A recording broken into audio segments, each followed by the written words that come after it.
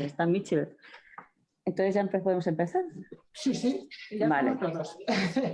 Ahí está Michel. Bueno, ya os veo. Hola. Que está fenomenal. Buenos días a todos. Buenos días. Buenos días también a los premiados, ¿vale? Y buenos días al público. Es un premio un tanto especial porque, bueno, no estáis acompañados, que siempre se nos llena la sala con los tutores, la familia, etcétera, etcétera. Pero bueno, en compensación, fijaros en esa pantalla que hoy tenemos al number one de la biología aquí presente.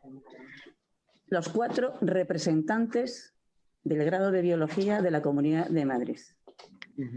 Yo creo que es importante porque reuniros a los 4 universidades es, vamos, el no va más. Pero bueno, la pandemia nos ha ayudado a que esto se pueda realizar. Y yo os los voy a presentar, ¿vale? Bueno, mi nombre es Isabel Lorenzo, soy la decana.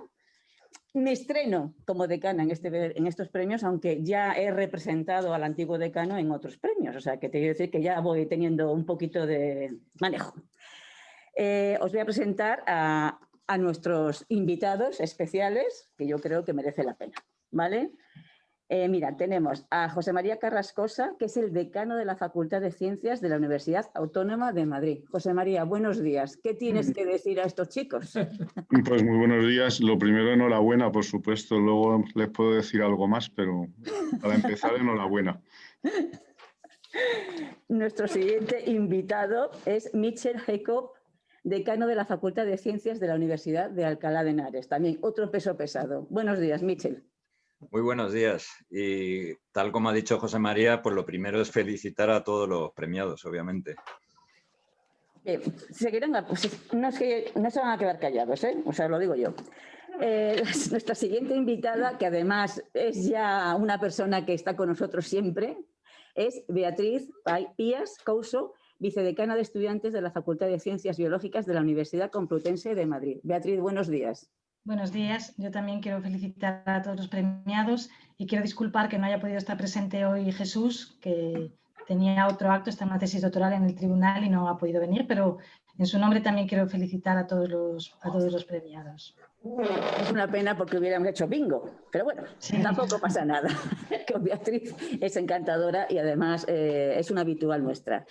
Y la última invitada es Natalia González Benítez, que es la coordinadora del grado de Biología de la Universidad Rey Juan Carlos. Buenos días, Natalia, ¿qué tal?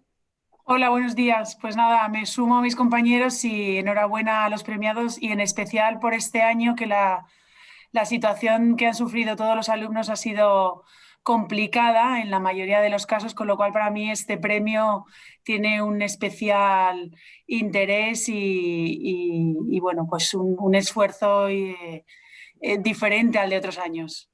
Efectivamente, ha sido un año complicado, seguimos con un año complicado y esperemos que el 2021 poco a poco la situación se vaya normalizando.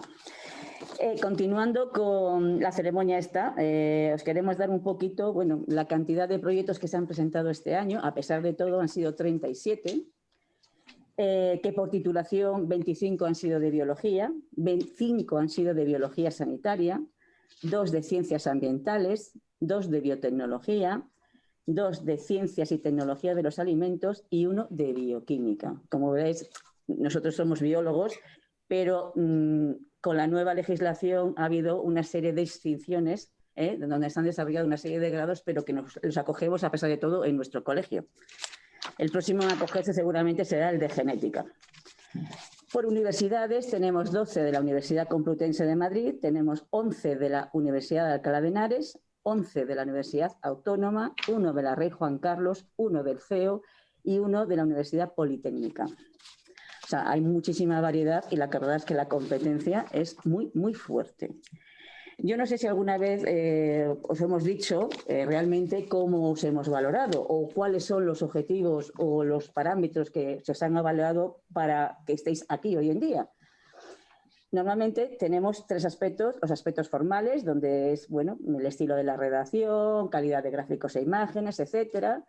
El siguiente son los aspectos técnicos, ¿vale? Relevancia del tema abordado, resultados experimentales, más otros conceptos. Y el último es la viabilidad e impacto, es decir, la originalidad, la actualidad del tema, etcétera, etcétera. La verdad es que este año hemos visto temas muy viejos, pero la originalidad con la que se ha abordado es lo que se ha llevado el premio realmente muchas veces. Y otros han sido muy, muy buenos. Quizá también este año, por fin hemos visto que hay premios, vamos a premiar a gente que ha hecho trabajos de medio ambiente. Hasta ahora la verdad es que nos decían, no hay trabajos de medio ambiente premiados, o hay muy pocos, pero es que realmente la calidad era muy baja, sobre todo con respecto al aspecto de sanidad, que siempre han sido como más revelantes. La investigación sanitaria en Madrid es muy buena. Todos los centros sanitarios tienen institutos y fundaciones, entonces eso, bueno, se premia. Pero este año veréis que ha prevalecido más el medio ambiente que la sanidad. Y yo creo que eso es importante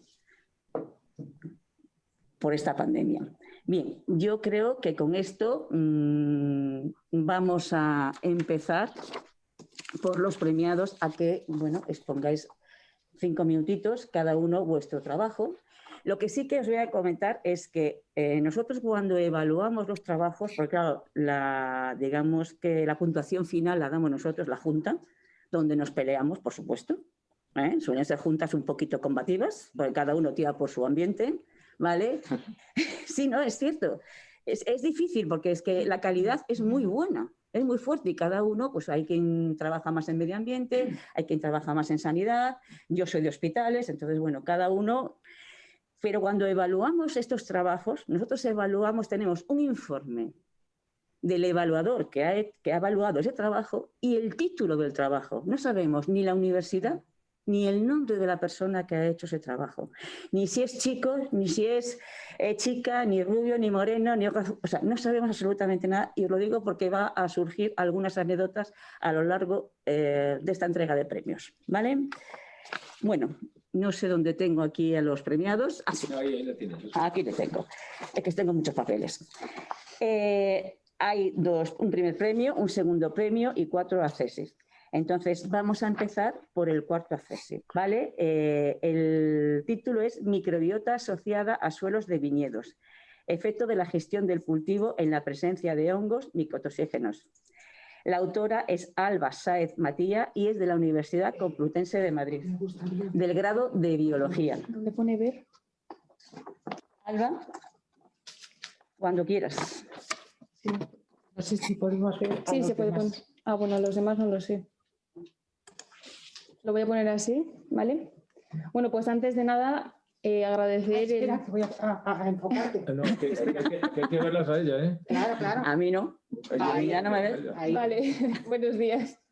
Bueno, pues nada, lo primero de todo agradecer el poder estar aquí con todos vosotros y el poder contaros algunos de los aspectos más importantes de mi trabajo de fin de grado llevado a cabo en el grupo de micotoxinas de la Universidad Complutense, donde tuve la suerte de aprender de la mano de 2 grandes profesionales que estarían aquí abajo, no sé si, bueno, vosotros no lo podéis ver, pero serían las doctoras Belén Patiño Álvarez y Jessica Gil Serna.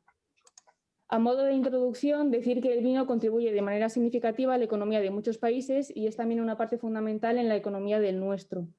Como cualquier tipo de cultivo, los viñedos tienen que hacer frente a una serie de patógenos o contaminantes que pueden dañar bien al cultivo o bien a los productos que derivan de ellos y llegar hasta nosotros.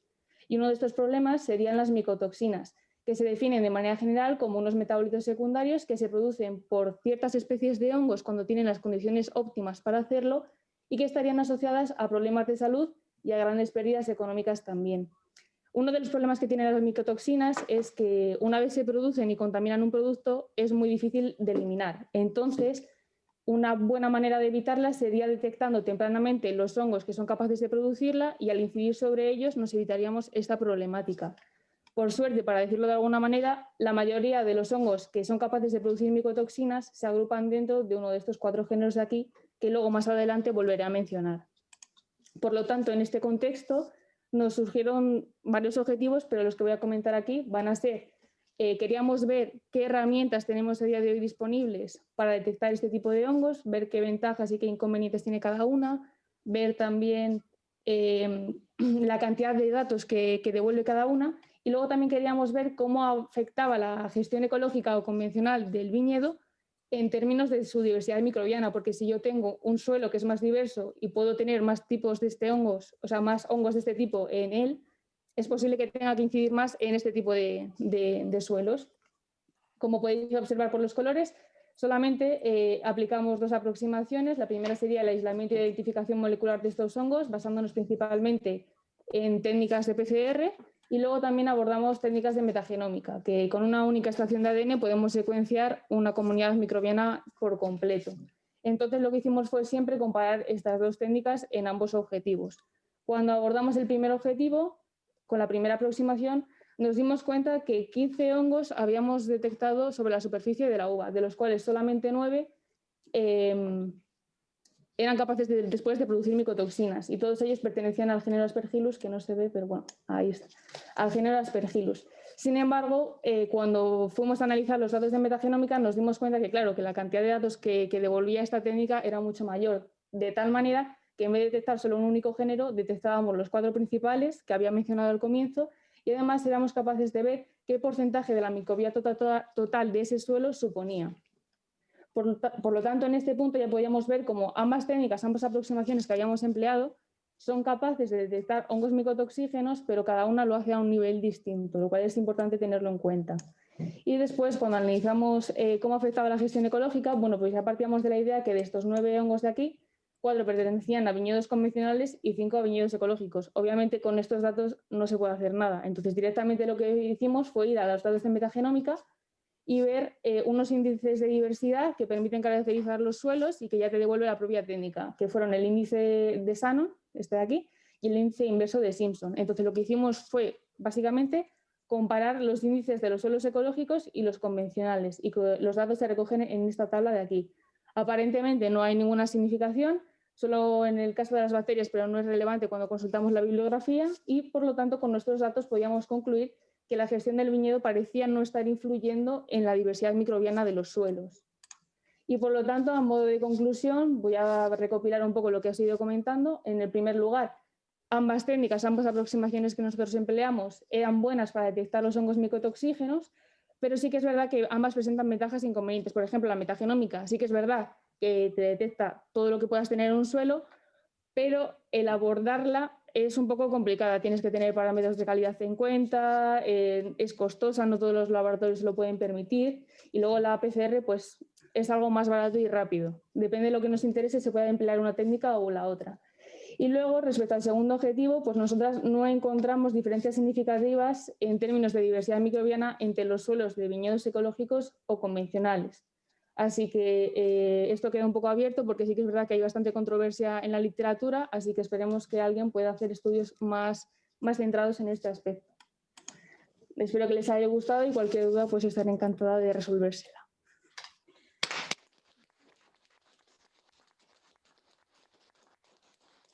Pues muchísimas gracias, Alba. La verdad es que lo que he dicho es un tema muy viejo porque España es la primera, no es la primera, es la tercera productora de vinos por detrás de Francia y de Italia, pero sin embargo, en cuanto a hectáreas plantadas de viñedos, es la primera mundial. Tenemos más de 1 millón de hectáreas plantadas de viñedos, de uvas. Trabajamos creo que con 60 y tantas variedades de uvas y estamos introduciendo mejoras, sobre todo en los vinos jóvenes, que se están vendiendo muy bien. La industria es fuerte y dados los tiempos que corren, bueno, pues también está afectada. Con lo cual, cualquier mejora, cualquier cosa que se pueda contribuir a que vuelva a subir y tengamos una buena competencia en el mundo fuera de España, pues es importante, es importante. Y también es importante en estos viñedos, sobre todo, que no se utilicen tantos fitosanitarios, sino que se controle con levaduras, como tú misma pones en tu trabajo, o con bacterias ácido-lácticas. Yo creo que es muchísimo mejor. También es importante saber que cuando te venden un vino ecológico, porque esto de la ecología es maravilloso, parece ser, no es que te estén mintiendo, pero realmente están llevando la verdad a lo que ellos quieren, y yo creo que eso es importante. Bien, yo, señores decanos, señores coordinadores, señora vicedecana, ¿tienen ustedes algún tipo de pregunta que hacer a doña Alba? No, la verdad. Solo decir que la foto de los viñedos me ha parecido muy bonita. Bueno, espero que el contenido también. También, Michel, también. tú que manejas más la botánica, no es que sea No. botánica, pero son plantas, vamos. No tengo nada que decir, salvo felicitar a la autora del trabajo, nada más. Ajá. Y yo sí que tenía una pregunta. Me parece muy interesante este tema y con el tema de las bodegas que en los últimos años se han homogenizado mucho porque en las elaboraciones de los vinos se han utilizado cepas pues de levaduras comerciales y bueno, he leído que, o sea, no soy ¿Perdón? No, es que hay... Yo creo que es... Sigue, Natalia, sigue. Ah, vale. Entonces quería saber si la ganadora del premio en este trabajo han observado que la diversidad, he visto que no hay diferencias entre convencionales y ecológicos, pero la diversidad ecológica está reducida, por ejemplo, la diversidad bacteriana en comparación con otro tipo de cultivos. Por el uso de estas cepas convencionales de levaduras ha hecho que el insertar en el tratamiento de los vinos a las Saccharomyces ha reducido esta diversidad innata de la uva. O sea, realmente lo que hicimos nosotros fue estudiar la diversidad de sus suelos, porque es como el primer paso para saber si yo tengo los hongos en el suelo, luego me van a aparecer en la uva. O sea, realmente nosotros lo que hicimos fue un estudio para ver si variaba mucho o no. Que la problemática que tiene este tipo de aproximación es que, bueno, no aproximación, el estudio de la diversidad del suelo es un poco controvertido, vamos a decirlo así, porque entre la bibliografía no se ponen de acuerdo. O sea, hay autores que te dicen los viñedos ecológicos son más diversos porque, claro, no estoy empleando productos químicos en él, entonces voy a encontrarme más diversidad ya porque sí. Y otros te dicen, no he encontrado diferencias. Y otros te dicen, no, el convencional, algo está pasando que es más diverso. O sea, realmente, dentro de la comunidad científica no hay nada claro. Y este estudio lo deja claro también, porque se posiciona en el centro. No hay diferencias entre los dos. No sabemos muy bien por qué. Lo que sí que te sé decir es que a nivel de diversidad, la mayoría recomienda que se hagan estudios más a largo plazo, porque nosotros lo que hicimos al final fue muestrear puntualmente. No podemos hacer una estimación grande con un único muestreo. O sea, no te puedo responder a tu pregunta. También, relativo a la aplicación de agentes de biocontrol para acabar con estos hongos, no fue el motivo principal de mi TFG, pero sí que es verdad que en el grupo de investigación donde yo tuve la suerte de estar, están muy pendientes de este aspecto y hay trabajos más centrados en ese punto. Perdón. No pasa nada. Vale. ¿Alguien más le apetece preguntar algo más?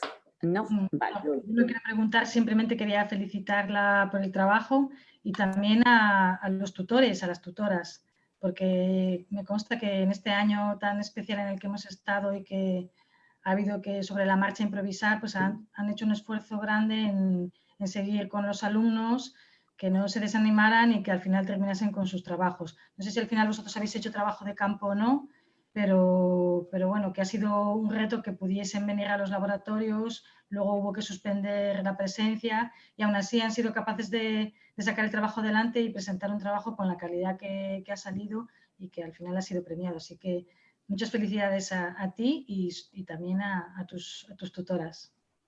Sí, yo simplemente quería hacer un poco hincapié en uno de los aspectos de tu trabajo, que era el haber fijado sobre la microbiota. Yo creo que la microbiota va a ser un sustrato que hay que estudiar muy bien, porque es un sustrato protector contra especies invasoras que le puede vetar su desarrollo y además podríamos potenciar cultivos creando una microbiota ad hoc para el desarrollo de cada cultivo. O sea que a mí el tema de que sacaran la microbiota como primera entrada, para mí ha sido muy relevante porque es algo que muchas veces no se tiene en cuenta, pero es el sustrato del que crece todo lo que plantamos. Y además es el que determina la viabilidad y lo fructífero que va a ser un cultivo. Y sobre todo, que la microbiota se está demostrando que es un veto para la introducción de especies invasoras. Por eso yo sí quería resaltar el tema de la microbiota, que lo veo importante para trabajar, además del valor económico que tiene el vino y de las posibles producciones que haya y lo que se pueda sacar de ese producto del vino, ¿no? Nada más. Bueno, en ese aspecto decir que realmente la metagenómica es impresionante, porque ya te digo, con una única extracción de ADN que puedes hacer con un kit comercial, secuencias toda una comunidad microbiana, que nosotros la separamos por bacterias y hongos, y luego es que son hojas y hojas de Otus que se llaman así en metagenómica, que es cuando, digamos, te amplifica una región, te la compara y te identifica una especie, eso en bioinformática se llama Otus, y es impresionante la cantidad de información que proporciona. Y de hecho los índices de diversidad que nosotros obtuvimos, que hay solamente puesto los resultados estadísticos, decían que los suelos de los que lo habíamos obtenido eran suelos fértiles, que es justo lo que necesita un viñedo. O sea, para mí la metagenómica ha sido todo un descubrimiento este año. Y por seguir con la microbiota, porque yo creo que va a ser muy, muy definitiva para la creación incluso de nuevos suelos. Seguramente. Seguramente. Pues muchas gracias, Alba. De todas formas, la metagenómica va a estar presente hoy aquí. Que hablaremos de ella, pero en otro ecosistema totalmente distinto. Bien, el tercer ASIS es efectos del ozono y los ácidos grasos en la tasa metabólica en reposo del ave Taeniopigia gutata. La autora es Elena Regueiro Toribio, de la Universidad Complutense de Madrid, y es de grado en biología. Elena, me imagino que tu padre tiene que estar ahora mismo, vamos, que le tenemos que poner una sábana, pero muy larga, muy larga.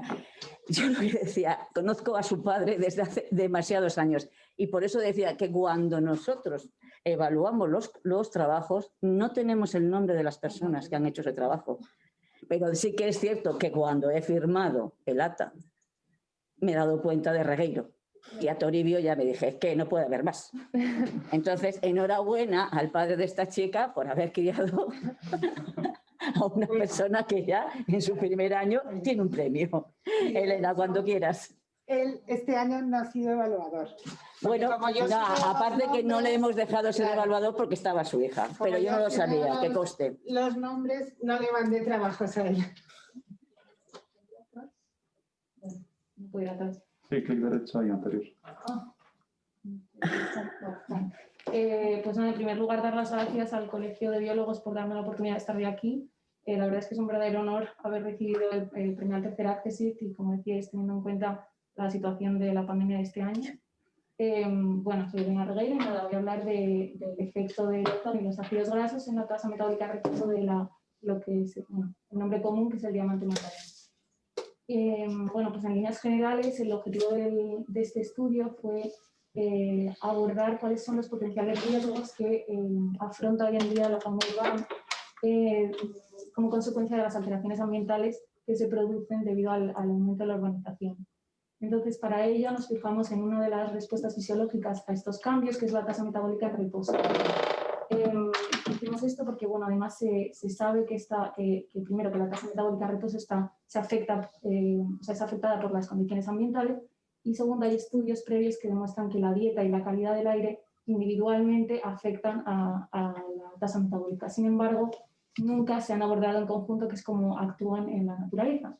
Entonces, por un lado nos centramos pues en dos factores. Por un lado, la composición de la dieta en ácidos grasos poliinsaturados, que se sabe que, bueno, pues que la proporción de omega 6 y omega 3 es distinta en función de la localización. Omega 6 es mucho más alto en proporción al omega 3 en zonas urbanas debido a la alimentación por comederos de origen antropogénico, y por otro lado la calidad del aire, en concreto medida en cantidad de ozono troposférico que se produce pues como consecuencia de la oxidación de compuestos orgánicos volátiles de origen antropogénico. Entonces, partiendo de la hipótesis de que tanto la dieta como el ozono afectan a la respuesta metabólica y por tanto deberían afectar en conjunto, pues elaboramos un experimento utilizando 56 individuos que dividimos en 4 grupos, 2 tratamientos de aire, ozono por un lado y control, que sería aire normal, por otro, y 2 tratamientos de dieta en omega 6 o omega 3. Posteriormente medimos la tasa metabólica, la cabina de respirometría donde los medíamos, y esto además la medimos a 2 temperaturas diferentes para ver si el estrés por frío también tenía un efecto. por ejemplo, en invierno. Los resultados nos dieron que bueno, ni la interacción entre dieta y ozono tenía un efecto, ni tampoco ambos factores de manera individual.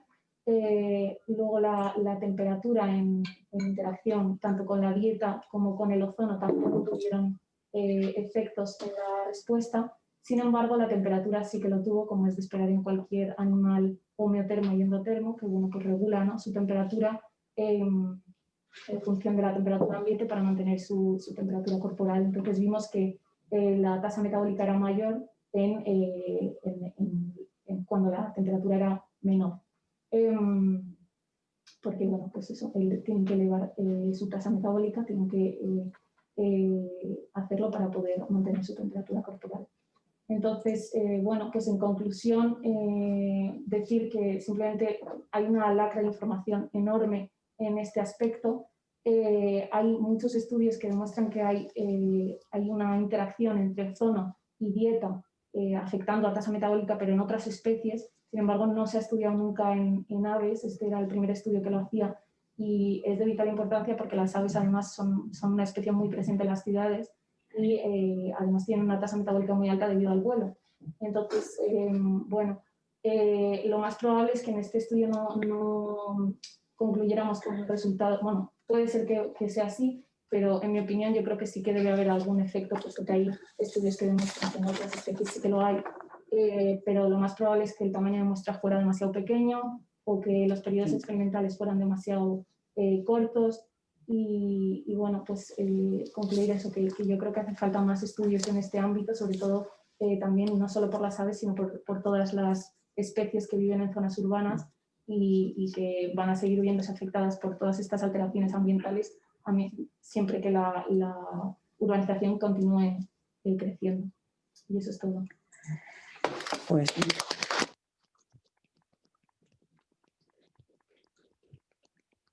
muchísimas gracias, Elena. Yo realmente, efectivamente, la tasa metabólica en reposo es lo primero que se afecta y cuando es una tasa tan alta es más rápido de ver cualquier efecto, ¿vale?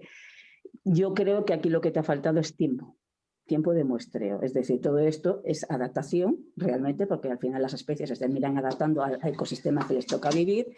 Y efectivamente, por ejemplo, los ácidos grasos insaturados, poliinsaturados, si el cuerpo no tiene, tira de otros. Y hasta que no se acaba todo lo que tiene, no empiezas a ver resultados, ¿vale? En la tasa metabólica más fuerte, efectivamente, se nota antes, pero esto es adaptación. Entonces, yo creo que es tiempo, porque todos ya sabíamos que efectivamente la temperatura implica un metabolismo mucho más rápido para compensar ese enfriamiento, ¿vale? Al mismo tiempo estás hablando del ozono, que es un gas que bueno, nos está jorobando bastante, sobre todo a nivel pulmonar, el envejecimiento de los pulmones, que además, fíjate, a cuento de la pandemia hoy en día, que está afectando a los pulmones, pero sin embargo se está utilizando mucho como desinfectante, ¿vale? Ya veremos en qué termina todo esto. Pero bueno, lo que le pase a las aves o a las plantas urbanas es un reflejo de lo que nos va a pasar a nosotros, eso es indudable. Y yo, que pertenezco a Sanidad, os puedo decir ya que casi el 20% de las enfermedades o de los casos que nosotros estamos atendiendo en los hospitales tienen un origen medioambiental, lo cual es bastante importante. Entonces, quizá este trabajo lo que le falte es tiempo de exposición para obtener quizá algún tipo de resultado y que se refleje como se ha reflejado en otros. Señores decanos, vicedecana, coordinadora, ¿alguien rompe el silencio? Bueno, pues yo mismo, por aquello de empezar. Nada, simplemente felicitar a la interviniente, a la premiada y sobre todo recalcar que me parece muy bien que se hagan estudios de tasa metabólica, o sea, de este cariz, utilizando aves y no siempre mamíferos, que es lo que se ha utilizado hasta el momento. Entonces, yo creo que eso es un paso muy, muy importante, esta ornitología metabólica, ¿no?, que creo que digamos, extiende un poco las posibilidades de lo que normalmente se estudia. Y nada más, enhorabuena. Bueno, yo también quería darte la enhorabuena, me parece también un trabajo muy interesante y creo que pues es un campo que está por explorar y que cada vez va a haber más estudios que tengan que fijarse en lo que pasa en las ciudades. Me ha llamado mucho la atención lo de los ácidos grasos. Tú este trabajo lo has hecho en la Universidad de Lund, ¿no? Allí estuve de Erasmus el año pasado y lo hice en este segundo semestre. Sí. ¿Y qué pasa? Allí alimentaban, o sea, tienen comederos para las zonas urbanas, porque... Bueno, en general, o sea, hay bastantes. Se hizo además un estudio que me acuerdo que lo vi, que me llamó mucho la atención, porque decía que, a ver si me equivoco, creo que eran 1 de cada 3 pájaros en zonas urbanas eran alimentados por comederos de origen antropogénico. Y no es solo, o sea, no fue porque en Suecia haya muchos comederos, es que en general se ha visto que en muchas ciudades hay muchos comederos que la gente pone, pues sobre todo en invierno, porque a lo mejor se piensan que las aves no van a encontrar alimento. ¿Crees que aquí puede ser diferente el resultado? Porque aquí pues tenga más disponibilidad de alimento y no haya... Sí, podría ser que aquí fuera diferente el resultado. O sea, a ver, de todas formas, o sea, los comederos se encuentran en muchas ciudades y lo que se ha visto es eso, que la proporción de omega 6 es mayor simplemente por lo que comen, que son semillas, mientras que en zonas más rurales pues, se alimentan no solo de semillas, sino también de insectos y otros alimentos. Muy bien, pues nada más. Muchas gracias y felicidades. Gracias. Yo quiero me sumo a la enhorabuena, un trabajo muy bien diseñado, muy bonito. Y mi pregunta es, quizá a lo mejor el factor respuesta en lugar de la tasa metabólica, el éxito reproductor a lo mejor, porque obviamente la dieta tiene que influir en las aves. Entonces, quizá a lo mejor si se hubiera buscado otro parámetro, incluido en el, bueno, como habéis dicho, sí, a lo mejor la falta de tiempo, pero quizá a lo mejor haber estudiado qué efecto tiene sobre el éxito reproductor, el número de huevos o el desarrollo de las crías. Sí, muy probablemente.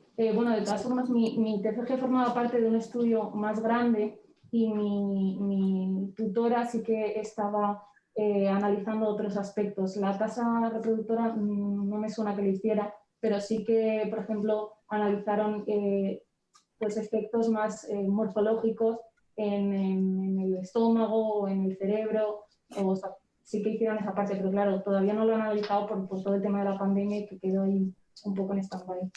Pues nada, enhorabuena. Muchas gracias. Bueno, pues yo me sumo, como no podía ser de otra manera, a las felicitaciones de mis compañeros y me ha gustado el trabajo y simplemente decir una cosa, que estoy muy de acuerdo con lo que ha dicho Isabel Lorenzo en relación a que muchos de los problemas sanitarios que nos afectan a los seres humanos pues tienen su origen en problemas medioambientales, ¿no?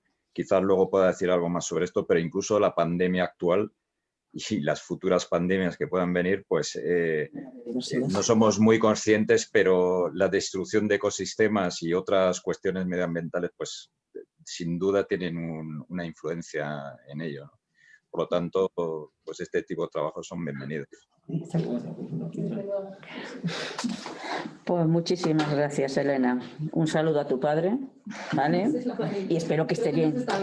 Hombre, ¿no lo está viendo? Yo creo que sí. Hombre, vamos a ver, digo yo, que deje un poco la Facultad de Medicina, y que salga del laboratorio, de su cátedra, de su... No sé si seguirá siendo vicedecano o no, pero... Que yo sepa sí, pero bueno. Que tú sepas si no, todavía no la han echado. Pues, cualquier día, quién sabe, quién sabe.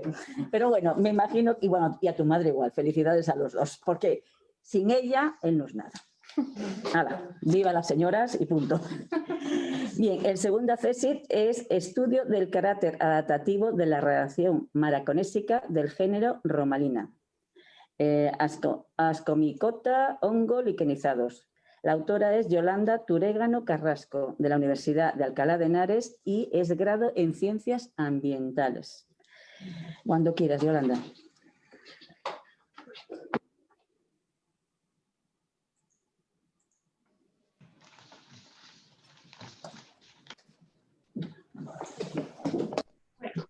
Pues primero que todo agradecer al Colegio de Biólogos por entregarme este segundo CSIC. Y bueno, mi nombre es Yolanda Turégano Carrasco y voy a hacer una presentación sobre mi trabajo titulado Estudio del carácter adaptativo de la radiación macaronésica del género Ramalí, Ascomicota hongos liquenizados. Primero, vamos a hacer una breve introducción acerca de los líquenes. Los líquenes son organismos formados por la simbiosis entre un hongo y un agua o una cianobacteria. Son organismos poiquiloidos, es decir, no poseen mecanismos activos para mantener el agua en su interior, por lo tanto dependen de la disponibilidad del agua en el ambiente. Poseen múltiples estrategias de reproducción tanto sexual como asexual y amplios rangos de distribución y por lo tanto suelen tener baja tasa de endemismo. Sin embargo, existe una gran excepción, el género Ramalina. Este género cuenta con más de 200 especies en todo el mundo, con una tremenda diversidad morfológica y anatómica, tal como podéis ver ahí en la imagen.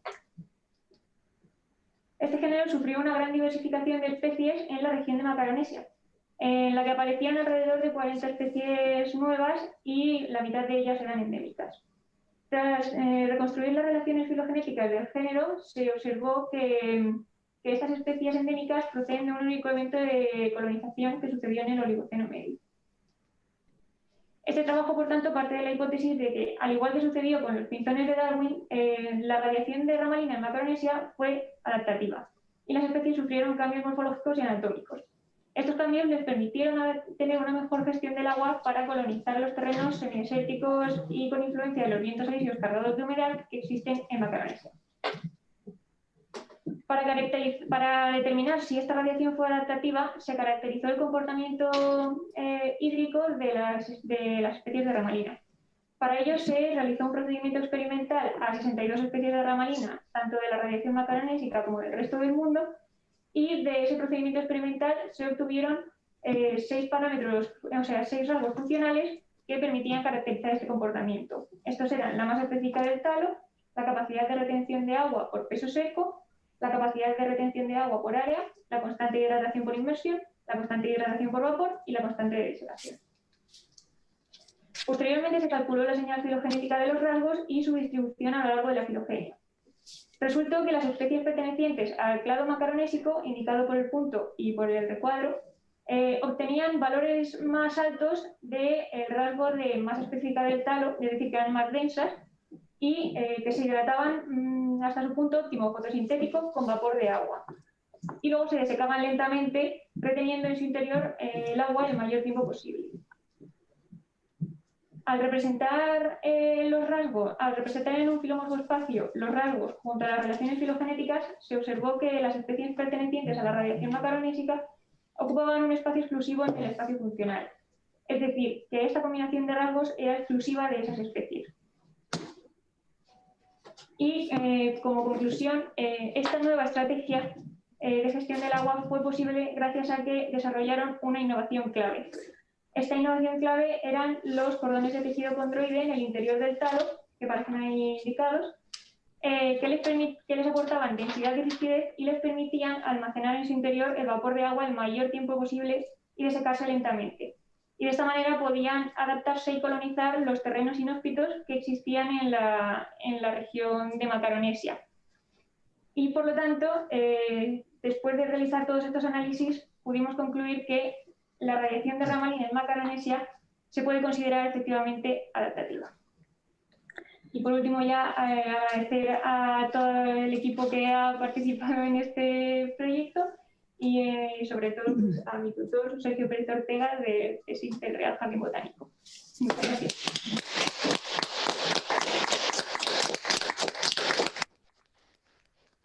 Muchísimas gracias, Yolanda. La verdad es que este trabajo quizás de alguna forma enlaza con el anterior en cuanto a adaptación, ¿vale? Todos nos tenemos que adaptar. Nosotros somos una especie más y nos tenemos que adaptar al ecosistema en el que estamos. Si estamos aquí, nos adaptaremos aquí. Si estamos en Roma, nos adaptaremos, o si estamos en el polo. Tenemos que adaptarnos. Y esto para mí lo que supone es una esperanza sobre todo para la época que estamos pasando. Es decir, vamos a sobrevivir porque de alguna forma nos vamos a adaptar. Y si no nos adaptamos, vamos a cambiar. Porque realmente el hombre es el ser más inadaptado. Lo que pasa es que tiene la inteligencia suficiente para adaptar su entorno, pero no se adapta él. Él sobrevive de alguna forma. Que es lo que dice Mitchell. Por desgracia, muchas veces todo lo que es la parte de biodiversidad nos la estamos cargando. Con lo cual, epidemias y pandemias, si seguimos así, vamos a tener unas cuantas, una detrás de otra. Pero nuestro sistema inmune también se adaptará, porque eso es evolución.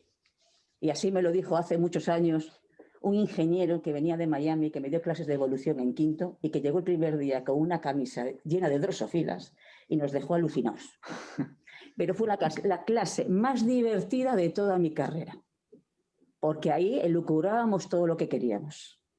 Con lo cual, enhorabuena, Yolanda, y que te vaya bien.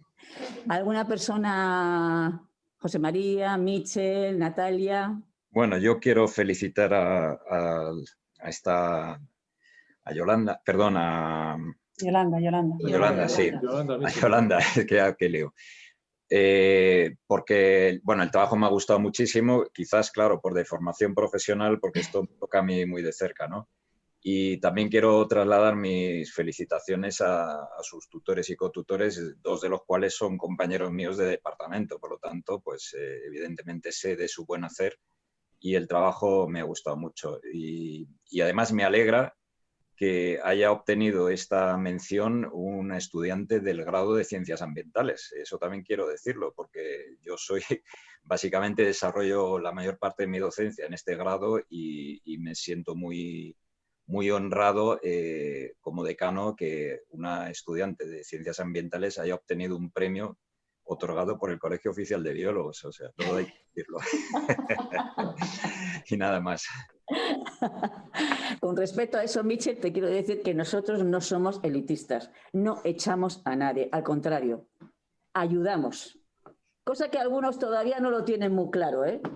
No, yo estoy, perdona que te interrumpa, yo estoy de acuerdo contigo y José María sé que piensa igual. Nosotros creemos que la ciencia hoy en día es mucho más transversal y no son compartimentos estancos. Exactamente. Por eso el acto de hoy me congratula porque, debo decirlo, aquí obtienen mención estudiantes de 3 de mis grados, que son estrictamente biología. Entonces, esto es un buen ejemplo de que la ciencia no se puede compartimentar y todo está interrelacionado, ¿no? No, ni la ciencia, ni la medicina, nada se puede compartimentalizar. Si tú eres, cuanto más multidisciplinar sea todo, antes llegaremos al final. Está claro. Y España tiene un problema muy gordo y es que enseguida todo el mundo quiere ocupar su parcela y que nadie ocupe. O sea, los límites tienen que ser muy claros y no es posible. Por ejemplo, la nutrición. La nutrición es multidisciplinar totalmente. Totalmente. Y sin embargo hay personas que la quieren solamente para ellos. Es que es imposible. Es que es imposible. Como lo están demostrando aquí estos chicos. Son estudios con una cantidad de variables, a pesar de que digamos, oye, esto es de medio ambiente, esto es de no sé qué, pero fíjate, ciencias ambientales, botánica pura y dura, que a mí me puede resultar hasta un poco de decir, oye, que me van a explicar a mí lo que es un hongo, ¿no? Te quiero decir, para ellos a lo mejor es más novedad, pero es que somos hermanos. Y eso es lo que tenemos que aprender, a compartir datos, a compartir investigación, porque entonces llegaremos a algún lado. ¿Alguien más quiere decir algo? Sí, yo quería hacer un comentario. Me gustaría que nos contaran los alumnos premiados si estos premios y el desarrollo de estos másteres o trabajos fin de máster les han abierto nuevas puertas en el sentido de si esto les ha hecho decidir seguir con la ciencia o realmente quieren cerrar una etapa de sus vidas y comenzar unas etapas totalmente distintas en el mundo laboral, empresarial, quieren dejar lo que es la ciencia o realmente esto sí que les ha abierto algo que no contaban cuando empezaron a hacer sus grados y es el comienzo de una nueva etapa en las carreras investigadoras. No sé si... no lo sé si podrá hacer ahora, pero sí lo que sí te emplazo es que en la próxima revista no, porque está dedicada a sanidad, pero sí que en la siguiente intentar hacer una entrevista a cada uno de ellos enfocándolo lo que tú dices. Yo lo que sí te puedo contar es la experiencia de algunos premiados en estos premios, de que, sí, no sé qué año fue, un chico que intentó entrar no sé si fue en el CINIC o en el CINIO, ¿vale? Él fue con su currículum a un grupo de trabajo y, vamos, no es que le echaran a cajas destempladas, es que ni siquiera le miraron el currículum. Ganó el primer premio ¿vale? Entonces publicamos en la revista. La revista nuestra es una porquería en cuanto a impacto, pero bueno, ahí está, ¿no? Y la lee mucha gente. No, te quiero decir, no es un Natur, no es un Nasu, no es una...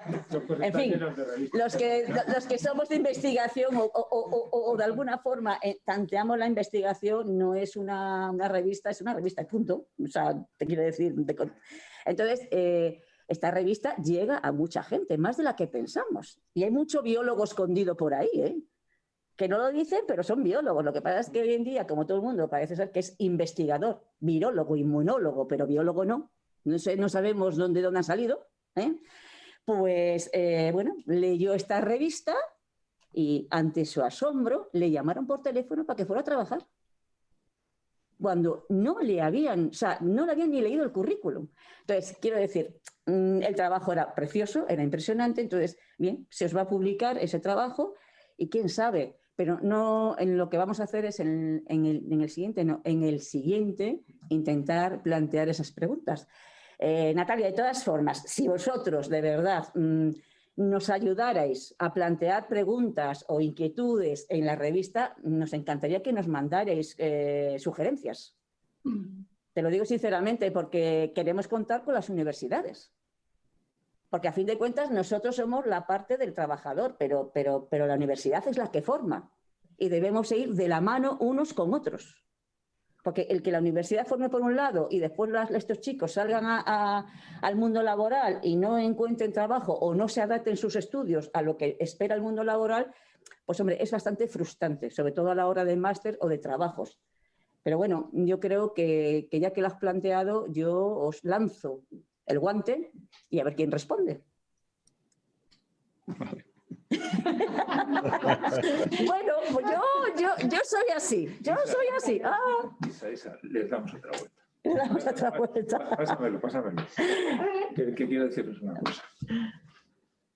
Hola, ¿qué tal? Mira, oye, otra cosa. Yo creo que esta dicotomía academia, ciencia, trabajo, esto tenemos que terminarlo ya, ¿no? Lo que hay que hacer es que lo que se ve en la academia es algo impresionante. Contra los que lo conocemos sabemos el enorme esfuerzo que se hace, pero luego para toda la gente tiene que vivir y comer.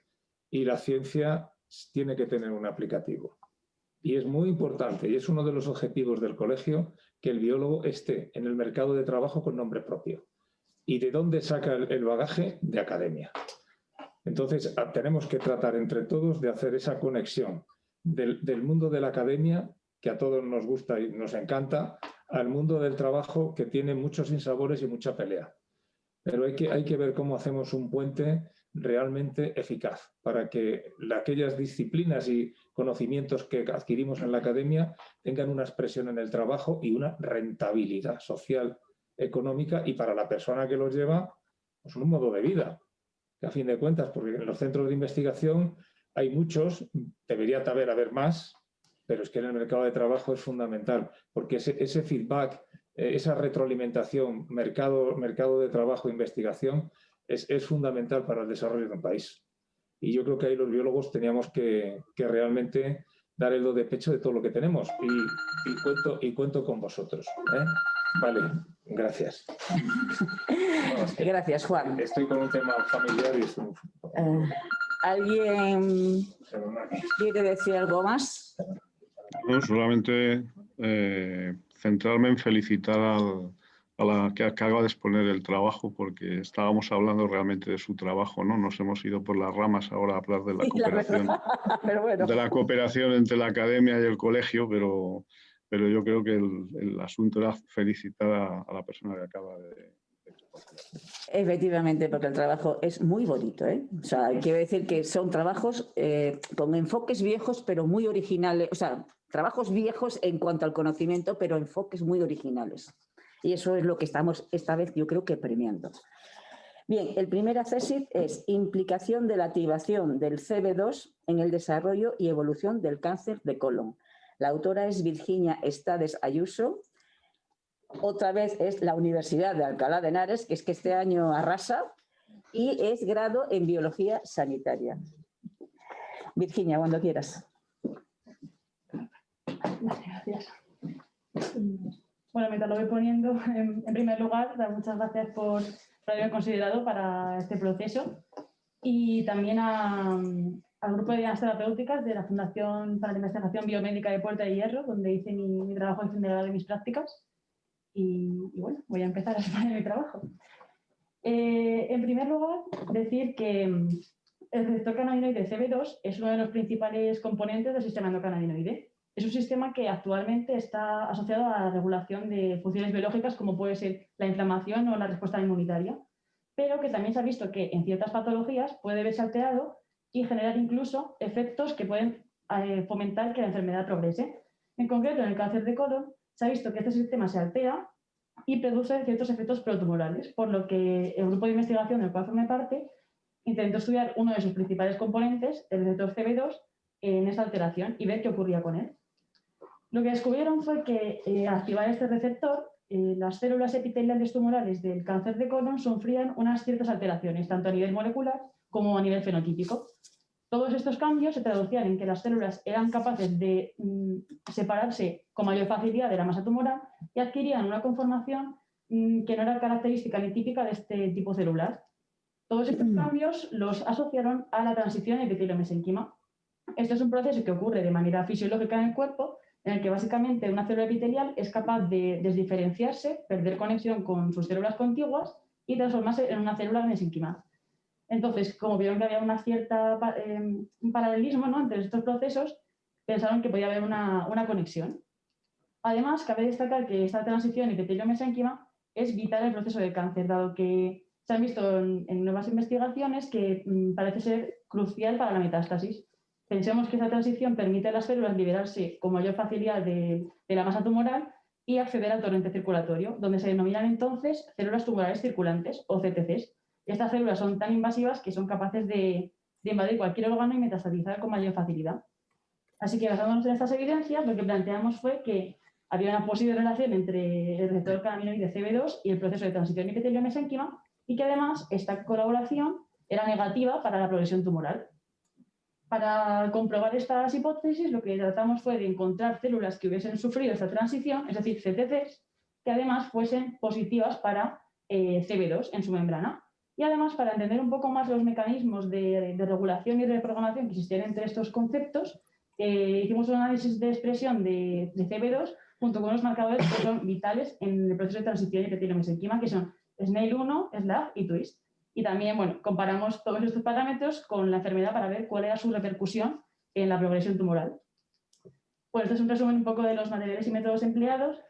Quería comentar simplemente que de las muestras que tuvimos, 11 de ellas fueron tratadas con anticuerpos específicos para su marcaje. En principio, marcamos las células tumorales circulantes con un anticuerpo y después CB2 con otro anticuerpo. Y posteriormente, a citometría de flujo y microscopía confocal, buscamos estas células que fuesen doblemente positivas para ver si realmente había una conexión entre ellas. Y por otro lado, el resto de muestras fueron analizadas para un análisis y cuantificación de su RNA mediante RT-qPCR y con estos niveles de expresión realizamos una serie de consideraciones estadísticas.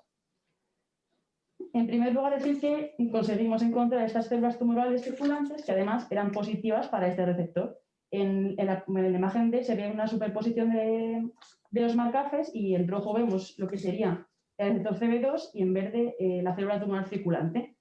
Esto nos abre una nueva ventana terapéutica para la utilización de CB2, ya que los tumores que tengan este receptor pueden quizás ser los que más metástasis o quizás una mayor progresión tumoral tengan. Y luego, por otra parte, en los análisis estadísticos lo que encontramos fue que en los tumores que tenían CB2 en su membrana, algunos de los factores de transición epitelio-mesénquima se encontraban o bien significativamente sobreexpresados o una tendencia a su sobreexpresión. Estos resultados quizás con un mayor tamaño muestral habrían sido mucho más significativos, pero bueno, el tema de la pandemia pues, nos cortó un poco toda la línea, aunque sí que estamos viendo que hay unas tendencias a que cuando se expresa CB2 hay una mayor transición epitelio-mesénquima y por tanto una progresión de la enfermedad. Y bueno, para ver luego cómo esto repercutía en la tumorología, lo que vimos es que en general, a mayor grado histológico, es decir, a un mayor grado de progresión de enfermedad, aumentaban todos estos factores de transición epitelio-mesénquima. Quizás esta sea incluso la explicación de por qué ciertas células tumorales son capaces de generar esta metástasis o simplemente que sean capaces de aumentar la progresión tumoral y así tener un impacto negativo en la clínica y pronóstico de estos pacientes de cáncer de colon. Y bueno, como conclusión final, decir que es posible detectar estas células tumorales circulantes con CB2 en su membrana, lo que podría ser una buena diana terapéutica para eliminar estas células potencialmente metastásicas, y que además la expresión de CB2 colabora con la transición epitelio-mesenquima. Y esto en los tumores de cáncer de colon y en los pacientes que sufren esta enfermedad supone una evolución clínica peor y un pronóstico mucho más negativo que aquellos que no son positivos para este receptor. Así que nada, muchas gracias por su atención y quedo a su disposición para cualquier pregunta.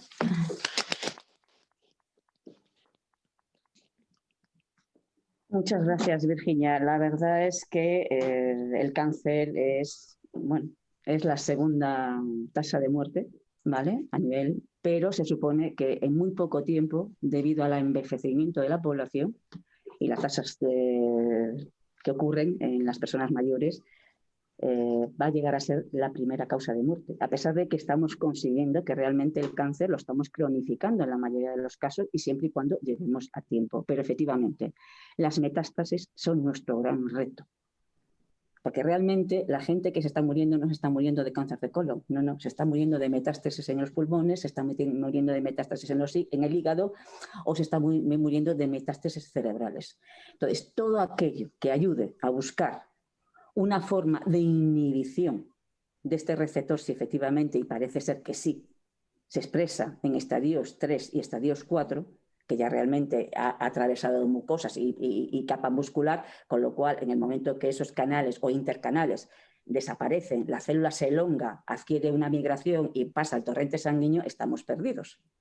Estamos perdidos porque no solamente va a producir la metástasis, mientras que esa metástasis tenga el mismo origen y funcione igual que el tumor primario, no tenemos problema. ¿Por qué? Porque la medicación más o menos a nivel general actúa en todos los órganos, excepto el cerebro, por supuesto, que tenemos la barrera encefalocefálica.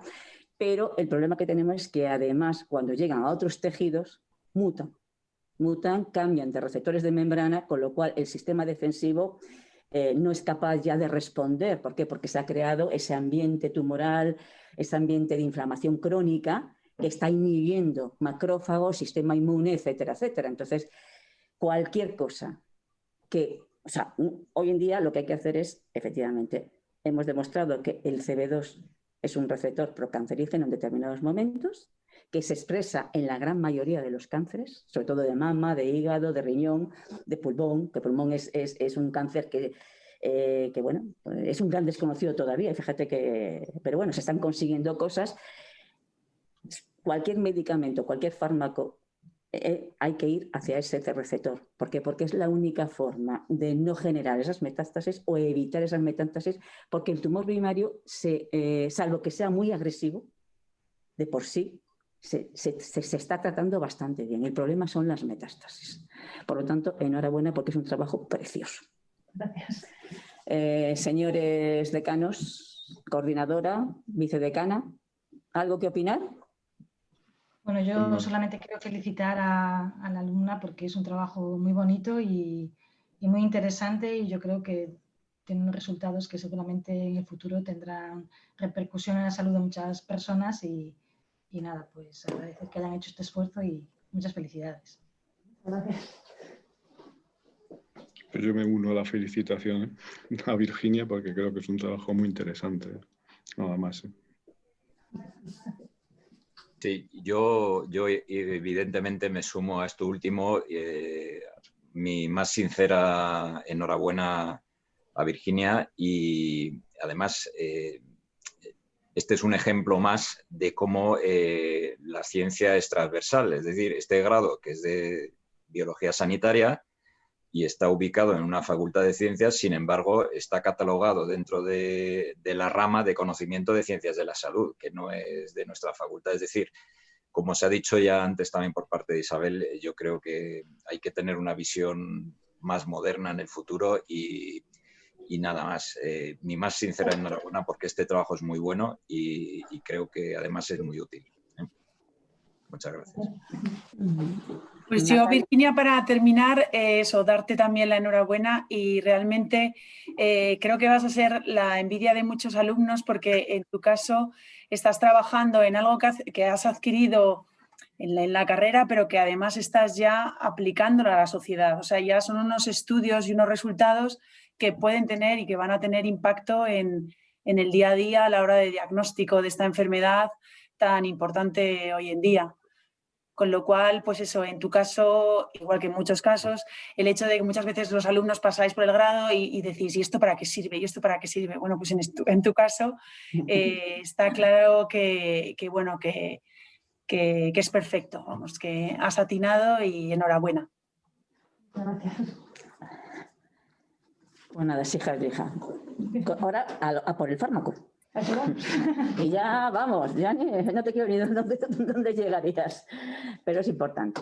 Bien, el segundo premio es caracterización metagenómica de viromas del aire. El autor es César Palacios Cuéllar, pertenece a la Universidad Autónoma de Madrid y es grado en biología. Ay, por Dios, que no lo veo. Y quisiera comentar antes de que empezara de que a este chico ya le conocemos bastante desde el 2016, sí. De la Olimpiada de Vigo, y que además es un figura, porque fue a las Olimpiadas Iberoamericanas y nos trajo, bueno, aquel año arrasasteis, porque os trajisteis el oro, la plata y el bronce. No. Fue una plata y 3 bronces. Ah, pues una plata y 3 bronces, pero vamos, que el chico merece. Bueno. ¿Está esto seguro? Sí, se supone que sí. El 1, el 2...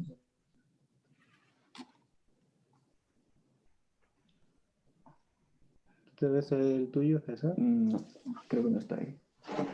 Pues espera. No le ha mostrado todas las ventanas. Ah, joder. Que está tan lejos que no se ve. Justo. Ah, claro, yo digo. Bueno, se ve nada.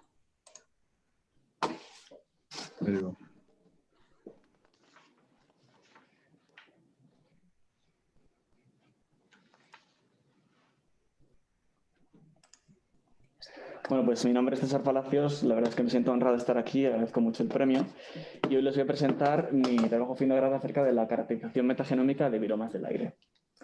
Los virus son la entidad biológica más numerosa del planeta y además la más ubicua, por lo que su estudio es muy importante no solo por la repercusión sanitaria que tiene para la humanidad, como todos somos plenamente conscientes hoy en día, sino porque cumplen con relevantes funciones ecológicas, de tal manera en todos los ecosistemas en los que se encuentran, de tal manera que merecen y deben ser estudiados.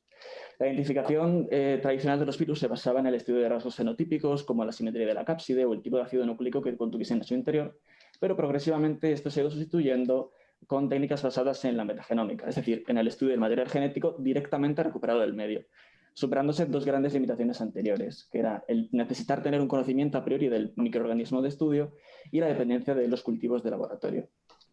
El objetivo principal del trabajo fue la caracterización y asignación taxonómica de comunidades virales en 4 muestras de aire, 3 de ellas interior y una de ellas exterior, junto con las réplicas de cada muestra, muestreadas en el interior o en los alrededores del Centro de Biología Molecular Severo Ochoa, en el campus de la Autónoma, donde realicé el TCG.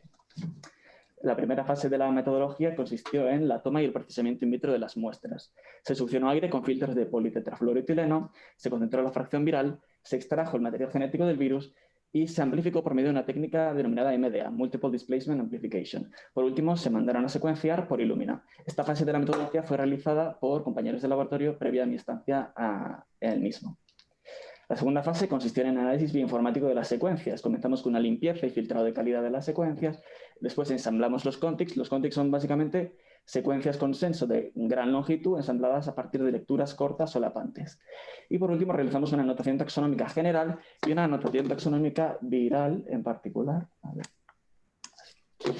La anotación taxonómica general la realizamos haciendo un BLASTX contra la base de datos de proteínas de UniProt, obteniéndose 6 tipos de contigs distintos: eucariotas, bacterianos, arqueas, virus, unclassified si las secuencias estaban presentes en las bases de datos, pero no tienen una taxonomía claramente asignada, y no hit si la secuencia ni siquiera estaba presente en las bases de datos. Para realizar una anotación taxonómica viral más en particular, eliminamos los contigs eucariotas, bacterianos y arquea, y con los 3 restantes los enfrentamos a la base de datos de proteínas virales del NCBI, obteniéndose los contigs virales en particular. Con respecto a los resultados, bueno, la anotación taxonómica general arroja 2 resultados inesperados. El primero, la baja proporción de virus. Como podemos ver en la mayoría de los metagenomas, bueno, en todos, los contigs predominantes pertenecían a bacterias, eucariotas y no HIC. Sin embargo, la fracción viral era muy pequeña o incluso insignificante o inexistente en algunos de los metagenomas. Esto se puede explicar debido, primero, a una contaminación ambiental y humana de las muestras, que por último habría sido empeorada asociado a una sobrerepresentación de estos genomas grandes, típicamente de bacterias eucariotas, en detrimento de los genomas generalmente pequeños de los virus, ¿no? Por la técnica de amplificación de MDA. El segundo resultado inesperado consistió en la incongruencia entre las réplicas, es decir, nosotros esperaríamos que dos réplicas del mismo momento y lugar de muestreo mostrasen unos resultados similares. Sin embargo, vemos que algunas de las réplicas tienen una fracción pequeña, pero al menos significativa de virus, mientras que la pareja no tenía virus en absoluto, ¿no? Entonces, esto se puede explicar debido a un bajo volumen de partículas virales succionadas en un principio, que nos habría dejado con las cantidades de material genético viral de partida en el orden de picogramos. Con tan poquísimo material genético, la amplificación por esta técnica tan potente que es MDA habría estado en el rango de lo estocástico, totalmente aleatorio. O sea que no, esta composición que vemos aquí ahora no refleja fielmente la composición real de lo que sería nuestro viroma aéreo. Con respecto a la notación taxonómica viral, nos encontramos con el mismo problema de incongruencia entre las réplicas. Solo un ejemplo, en el metagenoma de enero indoor, de aire de interior, vemos, por ejemplo, que los virus clasificados como unclassified en la réplica 1 suponen hasta el 95% del viroma, mientras que en la réplica 2 son inexistentes. En el caso de los poxvirus ocurre lo mismo, pero al revés. En la réplica 2 abarcan hasta el 99%, según nuestro análisis, y en la réplica 1 solo el 5%. Entonces, dos conclusiones principales. La primera, un alto nivel de contaminación humana y ambiental habría enmascarado la fracción viral de nuestros metagenomas, que además se encontrarían en unas cantidades muy pequeñas de partida, ¿no? Esto habría llevado a una amplificación inespecífica por la técnica de MDA, que repito, es una técnica muy potente y muy buena, pero que, claro, al tener tan poquísima cantidad de partida, habría empezado a amplificar de manera totalmente aleatoria. Y esto habría explicado la incoherencia entre las réplicas, haciéndonos imposible realizar un análisis más en profundidad que nos habría gustado hacer, comparando, por ejemplo, la composición microbiana de cada metagenoma con el momento y lugar de muestreo, que eso habría sido interesante, ¿no? Intentar ver las diferencias entre los virus presentes en el interior del edificio o fuera, su repercusión en la salud, etc. A modo de comentario crítico, bueno, yo comparto con mi compañera Alba esta admiración por la metagenómica. A mí, la verdad es que también me ha sorprendido mucho, me ha gustado y creo que tiene unas grandísimas ventajas, pero no es la panacea, porque las bases de datos empleadas en los alineamientos también tienen sus limitaciones y sus sesgos, en parte propiciados por esta falta de métodos estandarizados, tanto in silico como in vitro. Imaginemos dos grupos de investigación distintos que parten de una misma muestra, pues bueno, realizando distintos procesamientos de la muestra, tanto a nivel de laboratorio de Pollata como de bioinformática, se podrían llegar a resultados diferentes. Y esto se ha visto en la bibliografía en el pasado. Y esto, evidentemente, pues si tú subes estas secuencias a las bases de datos, estarías incrementando unas secuencias poco fiables, ¿no? Y además la ausencia de genes marcadores universales para virus hace muy difícil su asignación taxonómica. Por ejemplo, las bacterias pues, tienen el gen del RNA 16S, pero los virus no tienen ese gen. ¿Alternativas para mejorar? Bueno, evitamos el paso de amplificación, que es una gran fuente de sesgos, por ejemplo, succionando más partículas virales en un principio. Y también se puede favorecer el empleo de herramientas independientes de alineamiento y, por tanto, independientes de bases de datos, como son las técnicas de Machine Learning o aprendizaje automático. Finalmente, agradecer al Colegio Oficial de Biólogos de la Comunidad de Madrid, no solo por el premio, sino también por su labor a la hora de representar y defender pues, de la posición del biólogo en la sociedad, que muchas veces es bastante marginada. Agradecer también al laboratorio del doctor Antonio Alcamí, del CBM, donde realicé el TFG, y a mis cotutores Alberto Rastrojo y Carlos Fernández de Linares, que me ayudaron muchísimo en el tema de programación, que yo no sabía antes de empezar el TFG. Y por último, a la Universidad Autónoma de Madrid, mi universidad, y en concreto a mi tutora académica del TFG, la doctora Isabel Molina. Muchas gracias por su atención.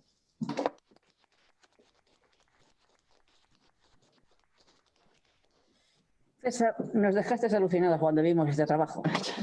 Pero alucinados, con la boca abierta, todavía no se nos ha cerrado.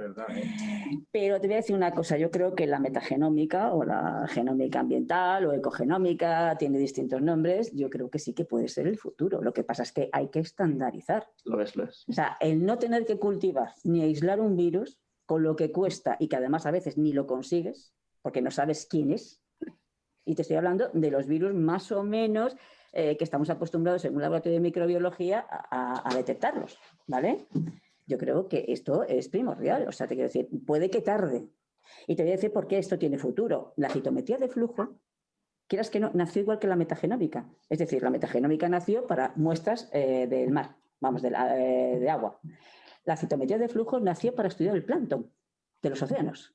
Sin embargo, hoy en día, después de 50 años, la citometría de flujo es una técnica básica tanto en hematología como en inmunología, incluso para predecir cuál va a ser la supervivencia de una persona que tiene cáncer de colon, para saber qué tipo de terapia tenemos que seguir, qué tipo de fármaco vamos a utilizar. La citometría de flujo es básica para un trasplante y, sin embargo, en su momento nació, pues eso, para estudiar plancton. O te estoy hablando del colesterol. Es que no hace muchos años cada laboratorio daba un colesterol distinto y una cantidad. Y cuando ibas al médico, el médico te decía, oiga, dentro de 3 meses, cuando vaya usted a utilizar ese colesterol, quiero que vaya al mismo laboratorio, porque como vaya al vecino, me ha jorobado. Porque ya no sé qué colesterol tiene usted. Por lo tanto, yo creo que esto es maravilloso. Claro, sí. ¿No está estandarizado? No. ¿La forma de muestreo no es buena? Por supuesto, pero hay que trabajar, porque esto es futuro. Esto es futuro, pero para todo. Para bacterias, para virus, para parásitos, para todo. Y más si realmente vamos a lo que vamos. Y este país lo ha demostrado. Fíjate, en 6 meses, unas técnicas de PCR que tenían una especificidad de un 70%, hemos conseguido que tenga ya de un 99%. Y hemos sido nosotros. Y en 6 meses. Por lo tanto, yo creo que sí, que somos capaces. Enhorabuena, César, de verdad. Gracias. ¿Quién quiere romper el hielo? Yo mismo. Pues venga. En este caso, como además es un participante de la Universidad Autónoma de Madrid y del Centro de Biología Molecular Severo Ochoa, en el que yo también trabajo, pues me congratula especialmente que haya obtenido este premio. Aparte de todo, conozco a la gente con la que ha trabajado. Alberto Rastrojo, en concreto, también me ilustró a mí en mis primeros pasos en la cuestión de la microbiota intestinal. Y he de decir que comparto con César también un poco la frustración de la inexactitud o incertidumbre que deja todo esto de la metagenómica. Porque yo, en la poca experiencia que tengo en esto, la verdad es que distintos trabajos con distintos animales de distintos laboratorios, pero usando las mismas técnicas, pues dan lugar a resultados a veces incluso muy diferentes. Y es un poco desesperante decir, a ver, este firmicute sube, anda, pues al otro resulta que le baja y no sé qué. Y entonces es complicado. Estoy de acuerdo con Isabel en que es una cuestión de perfeccionamiento de la técnica. Pero me ha gustado mucho de tu trabajo, César, la capacidad de autocrítica que tienes sobre el mismo, ¿no?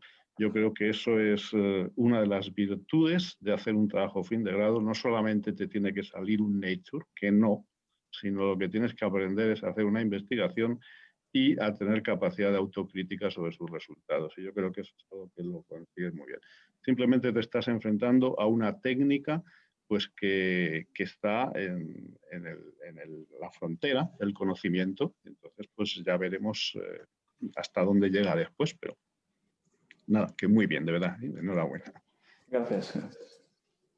Yo me uno a las felicitaciones de José María y estoy de acuerdo en una cosa, que, bueno, aparte que el trabajo me ha gustado mucho y creo que es muy bueno, esta persona, César, ha demostrado una gran madurez a la hora de hacer y de comentar sus resultados, ¿no?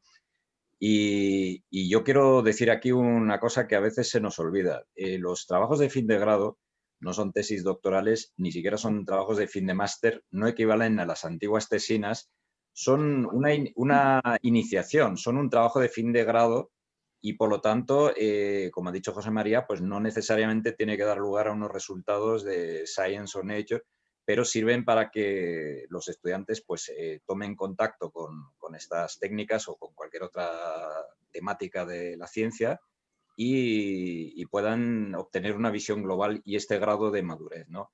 Para ya en el futuro, pues si lo desean, ya pueden hacer un máster o una tesis doctoral y eso ya sí es mucho más profundo. Pero nada más, mi más sincera enhorabuena porque el trabajo es muy bueno y se merece este premio, desde luego. Muchas gracias. Pues nada, César. Perdona, Beatriz. No, tú, Natalia. No, pues nada, César, decirte que me ha encantado tu trabajo fin de grado, además la orientación. Yo como microbióloga y como ecología microbiana de acuáticos, me gusta el tema del viroma, porque el viroma del aire, ahora se está estudiando también el viroma de los océanos, y hasta ahora siempre la microbiología ha sido un poco el estudio de las enfermedades y ahora cada vez más la microbiología ambiental está teniendo mucho impacto y en eso encaja tu trabajo fin de grado que me ha parecido muy interesante y como dicen mis compañeros, ha sido un plus tu trabajo fin de grado el que marques y hagas hincapié en la parte, bueno, pues en los problemas que has encontrado, que además es el problema de muchos de nosotros que nos estamos enfrentando a la metagenómica, al hecho de que muchas muestras cuando las analizas, si las vuelves a analizar te van a dar resultados diferentes y si otro laboratorio coge tus mismas muestras le va a salir otra vez resultados diferentes y eso es un problema que tenemos, es un nudo gordiano que tenemos actualmente en la metagenómica, que es una herramienta que estamos utilizando ahora prácticamente en todos los centros de investigación y en todas las líneas de investigación. Pero de nuevo, enhorabuena César por tu currículum, por tus premios y de nuevo por este nuevo que recoges ahora. Muchas gracias. Muchas gracias. Bueno, yo también me quiero sumar a las felicitaciones de mis compañeros. Me ha parecido un trabajo súper interesante, además que está muy de actualidad. Yo creo que es un punto importante en el que aunque estés en el principio y hayas visto las dificultades, pues eso es para lo que estamos aquí los científicos, para tratar de resolver esas dificultades y al final hacer que esto sea útil. Y yo creo que los virus están ahí y vamos a tener que desarrollar herramientas para poder detectarlos y seguro que esto que has empezado tú en el futuro pues va a servir de algo. Entonces yo quiero darte la enhorabuena y eso, que has sabido con unos resultados que son difíciles de sacarle brillo, porque claro, lo fácil es que te salga una cosa muy significativa, hay muchos resultados que se ven bien y que se pueden exponer bien y tú sin embargo pues le has sabido sacar un brillo y además has sabido presentarlo de manera que te han dado un premio. O sea que muchas felicidades. Gracias. Simplemente quería añadir que la aplicación futura realmente ya está en marcha. De la mano del doctor Antonio Alcamí, donde he hecho yo el TFG, pues ya está liderando un proyecto en colaboración con muchos otros centros de investigación para aplicar estas técnicas de metagenómica, de virómica del aire a toda la pandemia, de diagnóstico y detección de coronavirus, así que ya se está haciendo. Muy bien, pues a ver si conseguimos. Sí, eso yo creo que sí, porque fíjate que para nosotros cuando queremos ver si un quirófano está esterilizado o no, tenemos que poner placas, esperar 24 horas, marcharnos con las placas, incubar las otras 24 horas, analizarlas otras 24 horas. Es decir, tardamos muchísimo tiempo en saber si un quirófano está esterilizado o no y ese quirófano sigue funcionando. Entonces, fíjate con la metagenómica. Sí. O sea, maravilloso. O coger y succionar un poquito de aire y en media hora o a lo mejor en una hora saber si una residencia o cualquier sitio está bien de ambiente y no hay, por ejemplo, coronavirus. Claro. Sería, vamos, la bomba. O sea que venga, Ana, ánimo. Gracias. Bueno, pues ahora vamos a la guinda del pastel y es el primer premio. Análisis inmunometabólico de macrófagos humanos tratados con fármacos antitumorales que causan neutropenia. El autor es Benjamín Adrián Strenthal, de la Universidad de Alcalá de Henares y es grado en biología.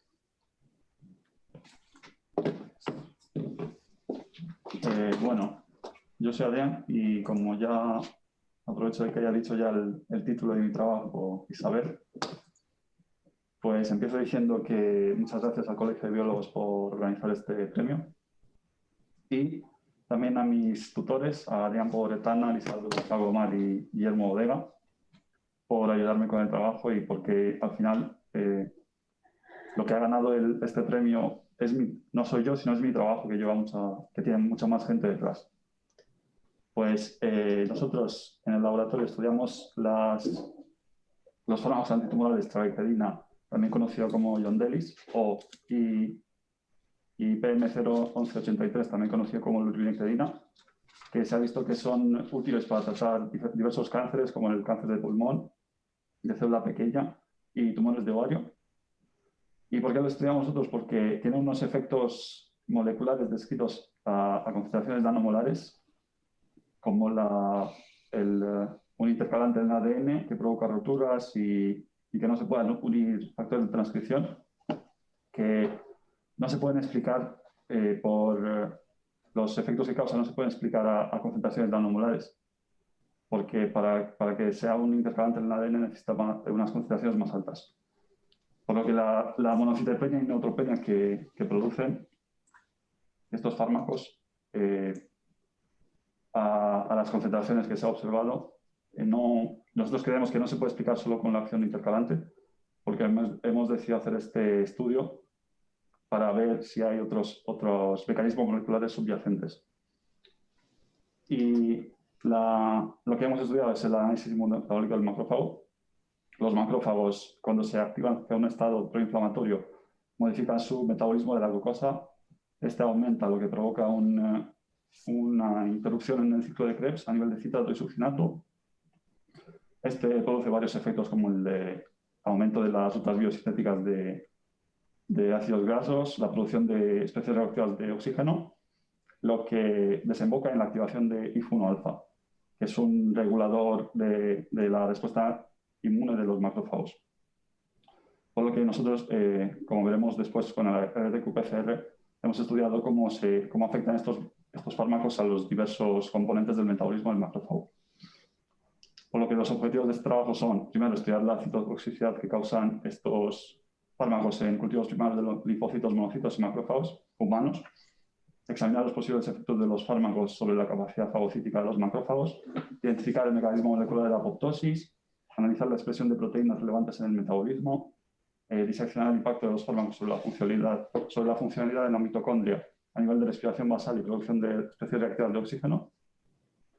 Y por último, hacer un análisis de la expresión diferencial de genes que codifican para enzimas, IF1-alfa, citoquinas, receptores y transportadores relevantes en el metabolismo del macrófago. El modelo experimental que hemos utilizado es el de células en cultivo. A partir de células mononucleares de sangre periférica las hemos cultivado en placas de Petri y después hemos aplicado los diferentes tratamientos. Y ya empezando con los resultados, hemos visto que los fármacos antitumorales causan monocitopenia y linfopenia a 24 horas en PBMC, como podemos observar en la gráfica de abajo. Y también hemos visto que, a pesar de afectar a los monocitos, que en este caso serían sensibles, a los macrófagos que provienen de estos mismos monocitos, no los ha afectado, porque hemos hecho un estudio de sensibilidad y hemos visto que la mayoría de los monocitos son sensibles, mientras que, por el contrario, los macrófagos que provienen de los mismos monocitos son resistentes. Como no hemos visto una reducción en la viabilidad de los macrófagos, hemos estudiado la función fagocítica de estos para ver si los afectan a otros niveles. Y hemos visto que la función fagocítica de los macrófagos sí está afectada por los fármacos, ya que, como vemos en las gráficas de arriba a la derecha, disminuyen las células vivas que fagocitan y también hemos visto que disminuyen la cantidad que fagocitan estos macrófagos. Por lo que hemos podido determinar que los macrófagos, a pesar de no ser afectados en la viabilidad, sí son afectados a nivel de fagocitosis. Y también hemos visto que hay un aumento en la producción de ROS, de especies reactivas de oxígeno, con ambos fármacos, y que parece ser que el mecanismo molecular de la apoptosis es el de la vía intrínseca, ya que hemos visto una activación de la caspasa 9 a 24 horas, aunque este es un experimento representativo. Y a nivel de estoichiometría hemos observado que el consumo de oxígeno, la tasa de consumo de oxígeno de los macrófagos disminuye tanto la tasa de consumo basal como la tasa máxima, la tasa de consumo máxima, a diferentes concentraciones de los fármacos, dependiendo si eran macrófagos sensibles o más resistentes. Aunque los resistentes no hemos observado una disminución a las concentraciones más bajas de los fármacos, sí que hemos visto que a niveles más altos de concentraciones sí que hay una disminución significativa en la respiración. Y a continuación también hemos estudiado las proteínas por Western blot, las proteínas relacionadas al metabolismo que he explicado en la introducción. Hemos visto que en el LRP3, que está relacionado al inflamasoma y a la piroptosis, aumenta a la media hora de tratamiento con el fármaco Yondelis, y que el ratio de la fosfoacetil-CoA carboxilasa acetil-CoA total disminuye a las 6 horas. Por último, hemos hecho un estudio de RTQ-PCR para ver cómo se afectan los genes a nivel de expresión génica. Hemos visto que en el eje metabólico de IF1-alfa que he explicado al principio, que es un regulador principal de la respuesta inmune de los macrófagos. Hay una sobreexpresión a los 30 minutos, como vemos en el recuadro azul, y una represión a las 6 horas. Por otro lado, en genes relacionados al metabolismo de los lípidos, como son el receptor de LDL, la ácido graso sintasa, se ha observado una dinámica más o menos similar, con un aumento entre 30 y 60 minutos y una disminución a las 6 horas. Y lo último y más interesante es que la expresión de la interleuquina 10, que es una citoquina antiinflamatoria, disminuye a partir de los 30 minutos de forma significativa y aumenta la del TNF-alfa, que es una citoquina proinflamatoria muy relevante. Por lo tanto, las conclusiones de este trabajo son que la trabecterina y la lupiricterina causan monocitopenia y linfopenia a concentraciones nanomolares en cultivo, que la capacidad fagocítica de los macrófagos humanos disminuye a causa de estos fármacos, que producen un aumento en las especies reactivas de oxígeno. El mecanismo molecular está relacionado con la vía intrínseca de la apoptosis. La trabecterina activa el inflamasoma NLRP3 y tiene efectos sobre la síntesis de ácidos grasos.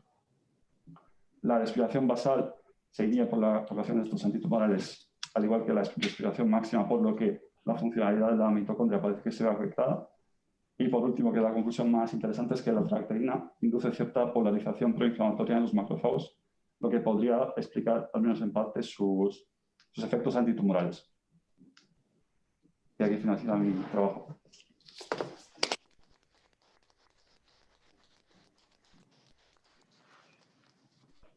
Benjamín, bonito trabajo también otra vez enfocado en el cáncer, ¿vale? Pero esta vez todo lo contrario, es decir, estamos hablando de fármacos antitumorales.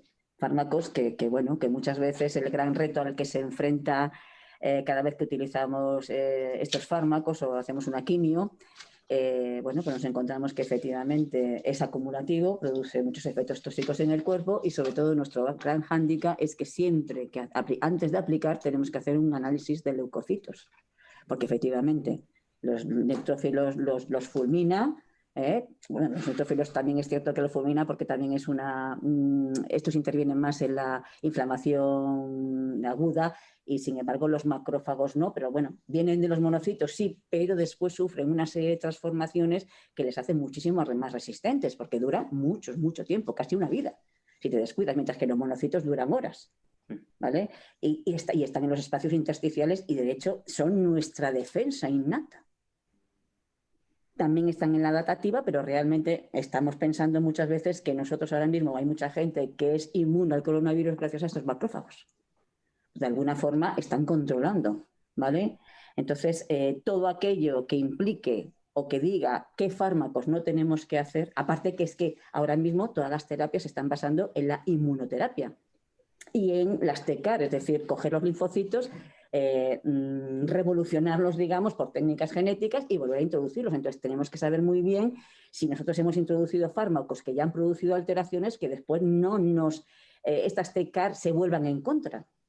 Y esto además también es una explicación de por qué muchas veces las terapias farmacológicas actúan muy bien con los tumores, parece ser que disminuyen y de repente hacen boom y se nos escapan y aparecen las metástasis.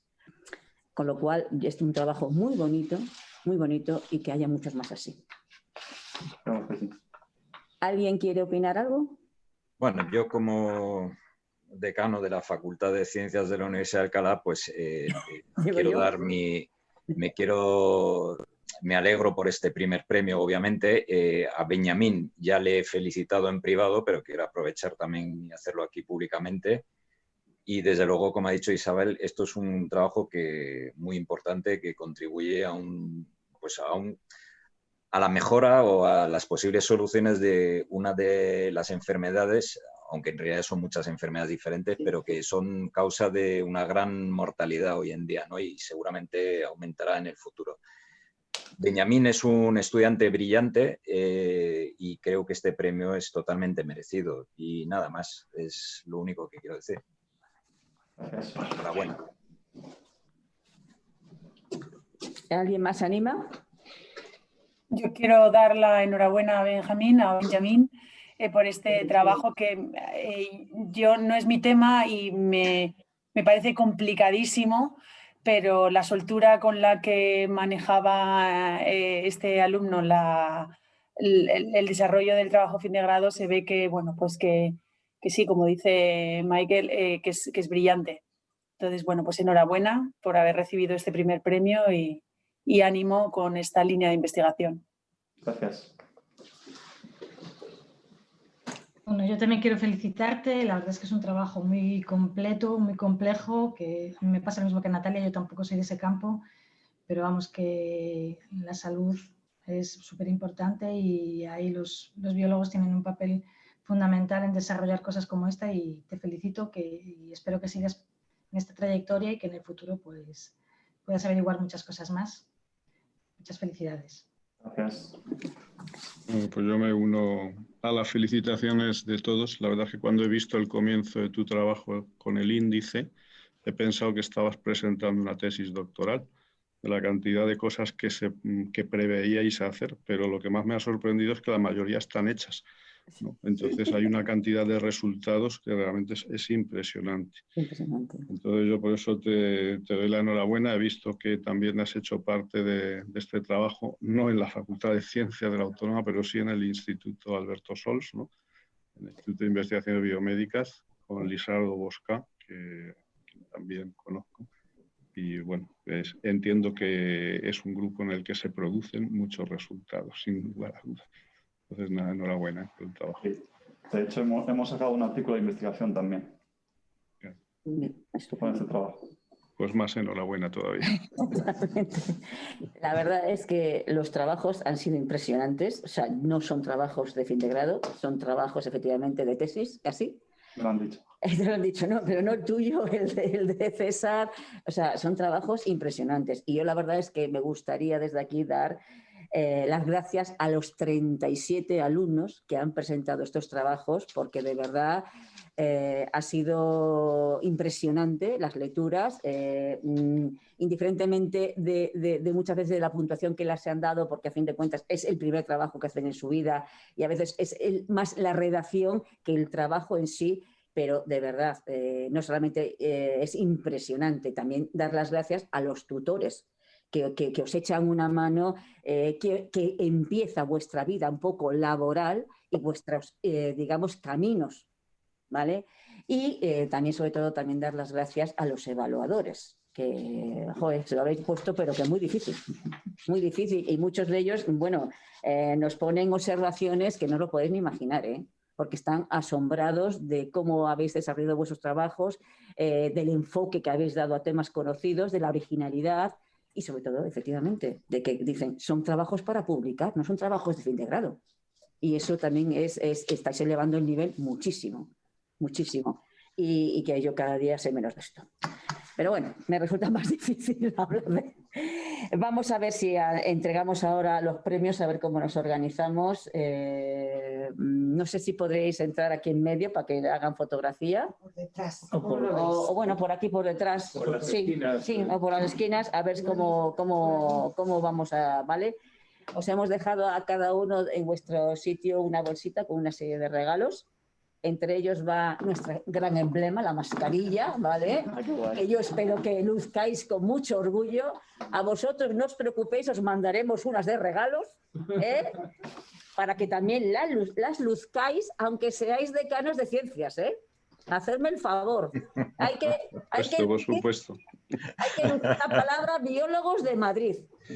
Que se nos note que estamos aquí y que damos cancha, que dice por ahí.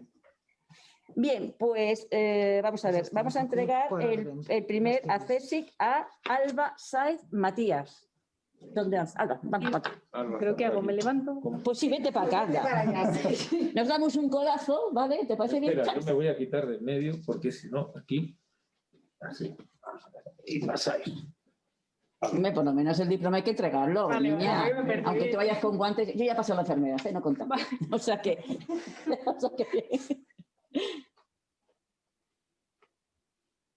¿Ya?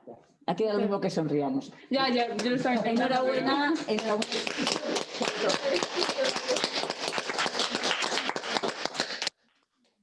El tercer ACES es para Elena Regueiro Toribio. Elena. Tenía que estar aquí tu padre para entregártelo, pero bueno. Venga, y un codacito.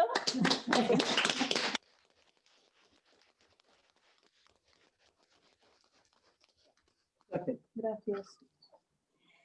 El segundo acceso es para Yolanda Turégano Carrasco. Pásatela. Muy bien. Pues nada, enhorabuena. Gracias. A ti y que tengas suerte.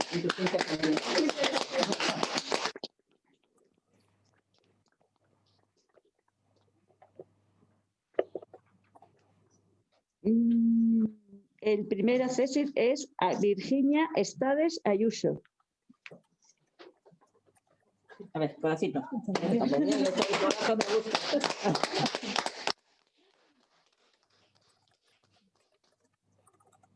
Por lo menos que tengamos foto, hija. Bien, el segundo premio es para César Palacios Cuellar. Venga, César, que te voy a dar otro diploma para tu casa. ¿Eh? Vas teniendo una habitación, vamos, llena de diplomas. ¿Eh?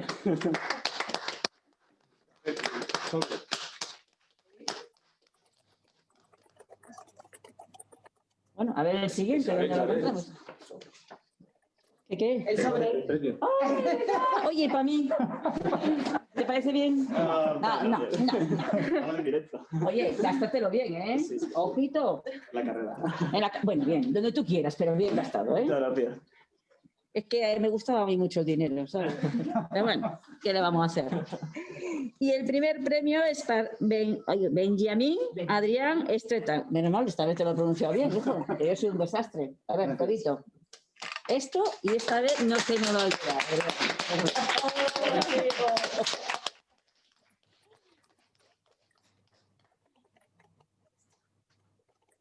Se nota que somos menos, porque otras veces los... Sí, aplaudan mucho más, pero bueno, no... Prometo que si seguimos el año que viene traeré una grabación de aplausos para que os sintáis más... Oye, si los futbolistas lo hacen, ¿por qué no vamos a hacerlo nosotros? Vamos. Aplausos y risas, como las de... Exactamente, aplausos y risas. Bueno, antes de despedir el acto, no sé si aquí los decanos, coordinadores y vicedecana quieren decir algo o se comprometen para el año que viene.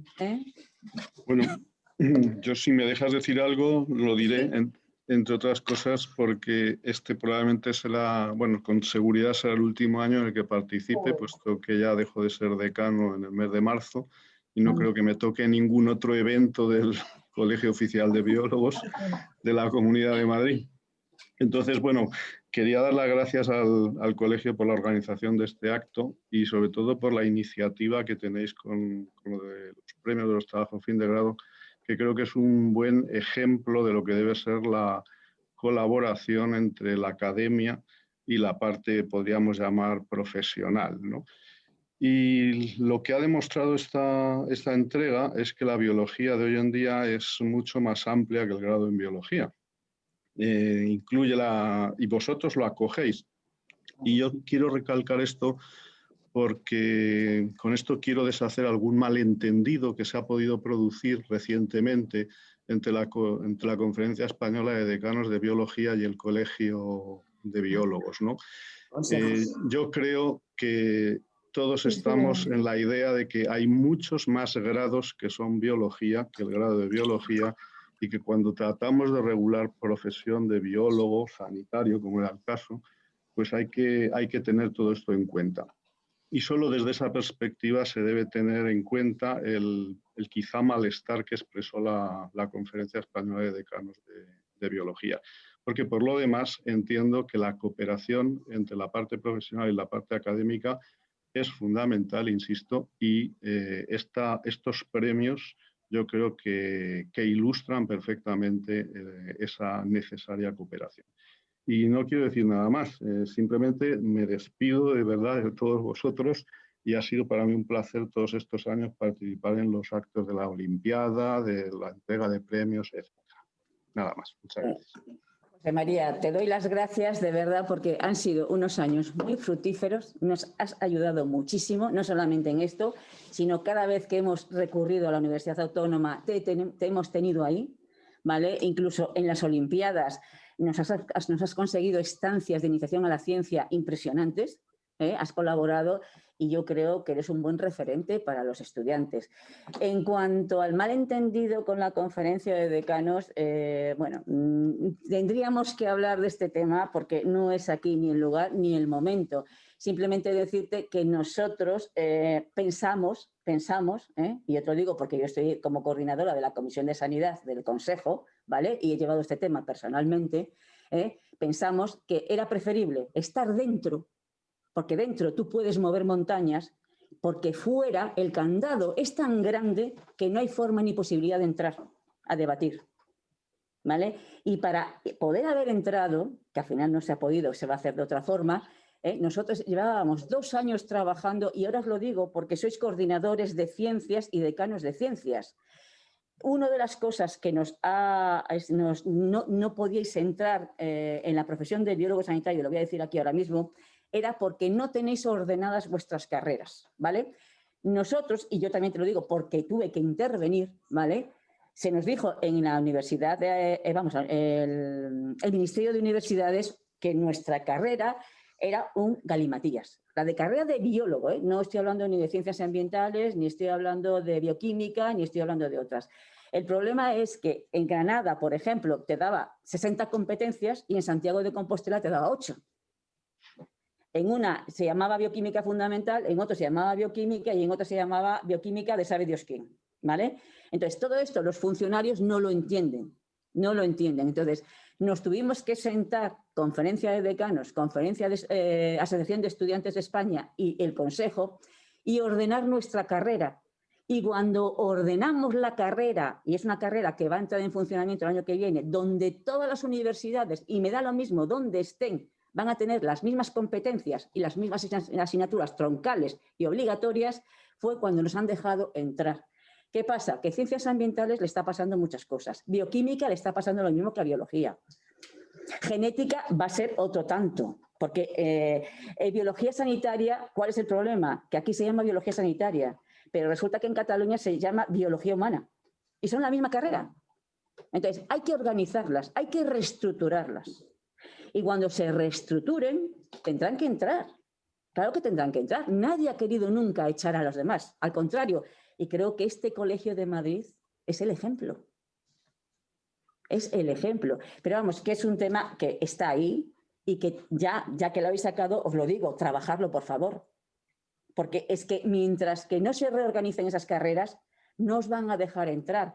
Porque una vez que entremos, el que sea, y me da lo mismo que sea genética, que sea biología molecular, biología sanitaria, que sea el grado de biología, puede tirar de los demás, pero dentro, porque fuera no hay forma de tirar. Os lo digo yo, que llevo, pues ya no sé cuántos años llevo, casi me voy a jubilar el año que viene y todavía no lo he conseguido. Entonces, pero bueno, José María, yo espero que a pesar de que no seas decano, contar contigo. Yo te voy a seguir dando la lata, igual que a Michel, igual que a Beatriz, igual que a Natalia, me da lo mismo quién está. Yo ya sabes que yo soy pertinente, hago y en cuanto encuentro el camino no lo suelto. Pero de verdad, gracias por todo. Nada, a vosotros. Natalia, Michel, bueno, Beatriz. Sí, si me permites, yo, bueno, lo primero, siento mucho que José María no siga como decano. Yo también. Le hemos cogido cariño, no solamente es un referente, como decías, en lo académico, pero en lo personal, desde luego, yo le tengo mucho cariño, entonces siento que no vaya a seguir con nosotros. Pero bueno, dicho eso, suscribo al 100% sus palabras. Es decir, ha habido ese malentendido, pero también entiendo que ahora no es el lugar ni el momento de hablar de ello, porque este acto es un acto donde los protagonistas, entiendo, deben ser los 6 premiados, ¿no? Por eso, bueno, primero, agradezco a Isabel, a la decana del Colegio Oficial de Biólogos de Madrid, por haber organizado este acto y haberme invitado. Ya son muchas ediciones, pero entiendo que esto es algo muy bueno para la biología y para la ciencia en su conjunto, ¿no? Y quiero hacer una felicitación global a los 6 premiados, sin distinciones. Yo creo que todos son premios merecidos y además las exposiciones que han hecho nos han demostrado que realmente les han dado el premio por algo. Y el hecho de que te den un premio siempre es un motivo de satisfacción, ¿no? Pero yo creo que en esta ocasión es mucho más meritorio todavía que en otras ocasiones por una razón a la que se ha aludido también.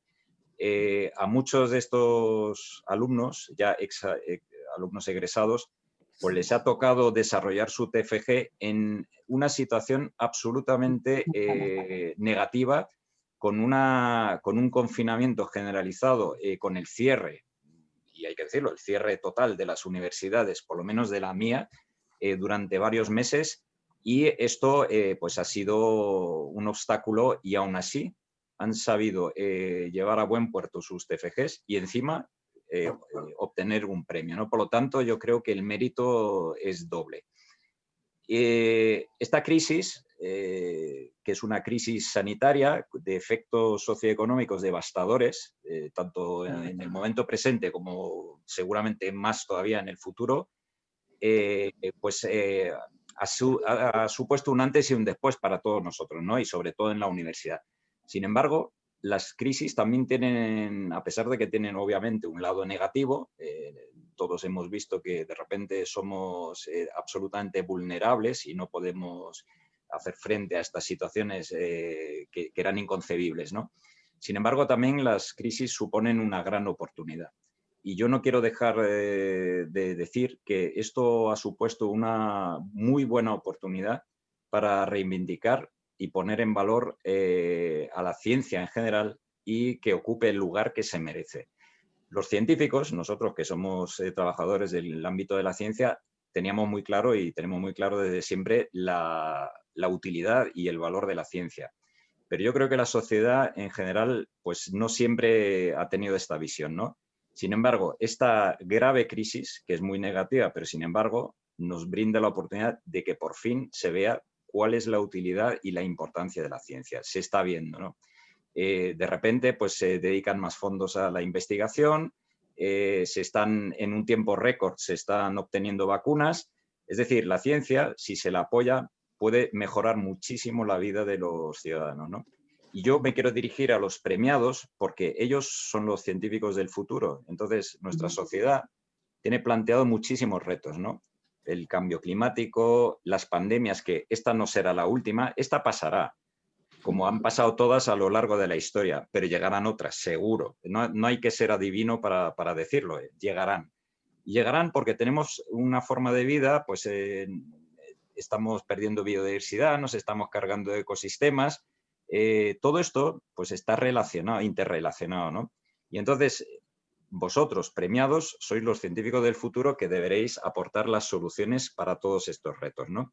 Y ya por último, con eso termino, también tenemos todos que colaborar y hacer una pedagogía, y estos premiados, vosotros también en el futuro, una pedagogía para combatir un discurso muy dañino, es minoritario, pero es muy dañino, y que son de aquellas personas, tanto políticos, y no hace falta decir nombres, pero a todos se nos pueden ocurrir algunos en este mismo momento, y también ciudadanos a pie, que niegan la ciencia, niegan su valor, y ahí tenemos los colectivos, por ejemplo, antivacunas, los colectivos negacionistas de la COVID-19, o, por no decir, un colectivo que ya me parece rocambolesco en este siglo XXI, por los terraplanistas, ¿no? Todo esto es muy dañino para la sociedad y creo que debemos combatirlo y hacer pedagogía. Y yo emplazo a los premiados a que hagan esta labor junto con todos nosotros. Y nada más. Una vez más reitero mis felicitaciones y nada más. Muchas gracias. Pues yo no sé si habéis hablado ya todos, para finalizar decir que, bueno, pues eso, mi enhorabuena a todos los premiados, mi enhorabuena al Colegio Oficial de Biólogos de la Comunidad de Madrid por organizar todos estos eventos, al igual que las Olimpiadas, con las cuales nos veremos en unos meses. Y creo que también se ha aprendido de esta pandemia, de esta situación, que estos chavales han tenido una capacidad de adaptación increíble, porque en otras ellos han sabido sacar adelante trabajo que, bueno, hace un año hubieran pensado algo que hubiera sido impensable, realmente poder abordar sus trabajos fin de grado en remoto, con los laboratorios cerrados y con estas circunstancias tan complejas. Entonces, han demostrado estos alumnos una enorme capacidad de adaptación a las condiciones cambiantes, y también creo que la pandemia nos ha hecho pensar y creer en la cooperación. Cuando los científicos se juntan, son invencibles y son capaces de desarrollar pues, vacunas en tiempo récord, técnicas como las PCRs técnicas en tiempo récord, y entonces esto es muy importante trasladarlo a la sociedad, que cuando se trabaja en cooperación y de manera conjunta se obtiene muchísimo más éxito que cuando se trabaja de manera independiente y sobre todo en la ciencia. Entonces quiero transmitir esto a los futuros científicos para que tengan en mente que es muy importante el trabajar de manera conjunta y de cooperar. Nada más. El micrófono, Bea. Natalia. O eso, Beatriz. Perdón. Nada, yo también me sumo al agradecimiento a que hayáis mantenido el acto a pesar de las circunstancias, porque creo que es muy importante que en esta situación en la que estamos, pues los alumnos hayan podido participar también en el certamen y obtener los premios que han tenido. Y felicitar como tú bien has dicho, Isabel, no solo a estos 6 participantes, sino a los más de 30 trabajos que se han presentado, que también estoy segura que han tenido mucha calidad y que también en partes son premiados. Y agradecer a todas no solo a los tutores, sino también a todas las entidades que también han puesto en valor el seguir formando a los alumnos a pesar de las circunstancias difíciles en las que se encontraban, y que han sido un ejemplo de responsabilidad y que han mantenido pues, a flote pues, a nuestros chicos y han sacado unos trabajos con esta calidad. Ahí también se ha visto la cooperación que tenemos entre nosotros y que hemos salido airosos de las circunstancias. Y bueno, y espero, siguiendo la línea que han dicho mis compañeros, espero que ahora nos valoren a los científicos y que no se olviden de nosotros cuando todo esto pase, porque a lo mejor pues ya se olvidan fácilmente, y espero que esto sirva para que nos apoyen y que podamos hacer muchas más cosas. Pues gracias, Beatriz. Yo lo que sí que os quería decir es que efectivamente la pandemia, esta famosa, sobre todo en un primer momento, fue tan desesperante que efectivamente nuestros políticos tiraron mano de los investigadores y de los científicos. Pero también deciros que ahora se han tranquilizado las aguas y vuelven a las andadas. Es decir, nos han dado dinero, pero ahora nos están empezando a cortar las alas. Con lo cual sí que ahora es muy importante el decir, estamos aquí, porque es que nos van a volver a cortar las alas en cualquier momento. Con lo cual, lo que en principio parecía que estaba muy bien, se está volviendo en contra de nosotros, ¿vale? Y otra cosa que es lo que quiero decir, sobre todo para José María, que se vaya tranquilo en marzo, ¿vale? Es que van a reconocer la figura del biólogo sanitario, ¿vale? Está asociada a los presupuestos del Estado. Los presupuestos del Estado han sido aprobados, con lo cual la figura del biólogo sanitario va a seguir adelante, ¿vale? Está programada para el año 2021. Lo que pasa es que te vuelvo a decir lo mismo, no tenemos ni idea de cuáles van a ser las condiciones. Si nos dejan negociar, vamos a negociar, por supuesto, ¿vale? Pero no lo sabemos. Pero bueno, para vuestra tranquilidad, que no pasa nada. Las familias se pelean y no pasa nada. Y tienen desacuerdos. Pues no pasa absolutamente nada. Lo importante es conseguir la figura del biólogo sanitario e incluir a todos aquellos biólogos, y cuando digo biólogos son sus anexos también, ¿vale?, que estén trabajando en la sanidad. Y eso es lo importante, un reconocimiento, porque en la sanidad no solamente hay médicos y enfermeros y especialistas. Hay un montón de gente que se están dedicando a la sanidad y que están haciendo aplicaciones e incluso asistencial que no tienen ningún reconocimiento ni ninguna legalidad. Y eso es importante. Y la gran mayoría, te diría que el 89% son biólogos. Y cuando digo biólogos, me da lo mismo que sean biólogos, biólogos sanitarios, biólogos humanos, genetistas, lo que quieras, son biólogos, punto. Pues nada, y con esto y un bizcocho, pues señores, muchísimas gracias por su asistencia, muchísimas gracias a vosotros y hasta el año que viene.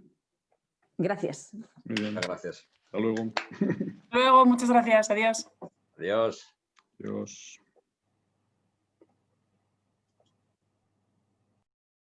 Yo tenía una preguntilla.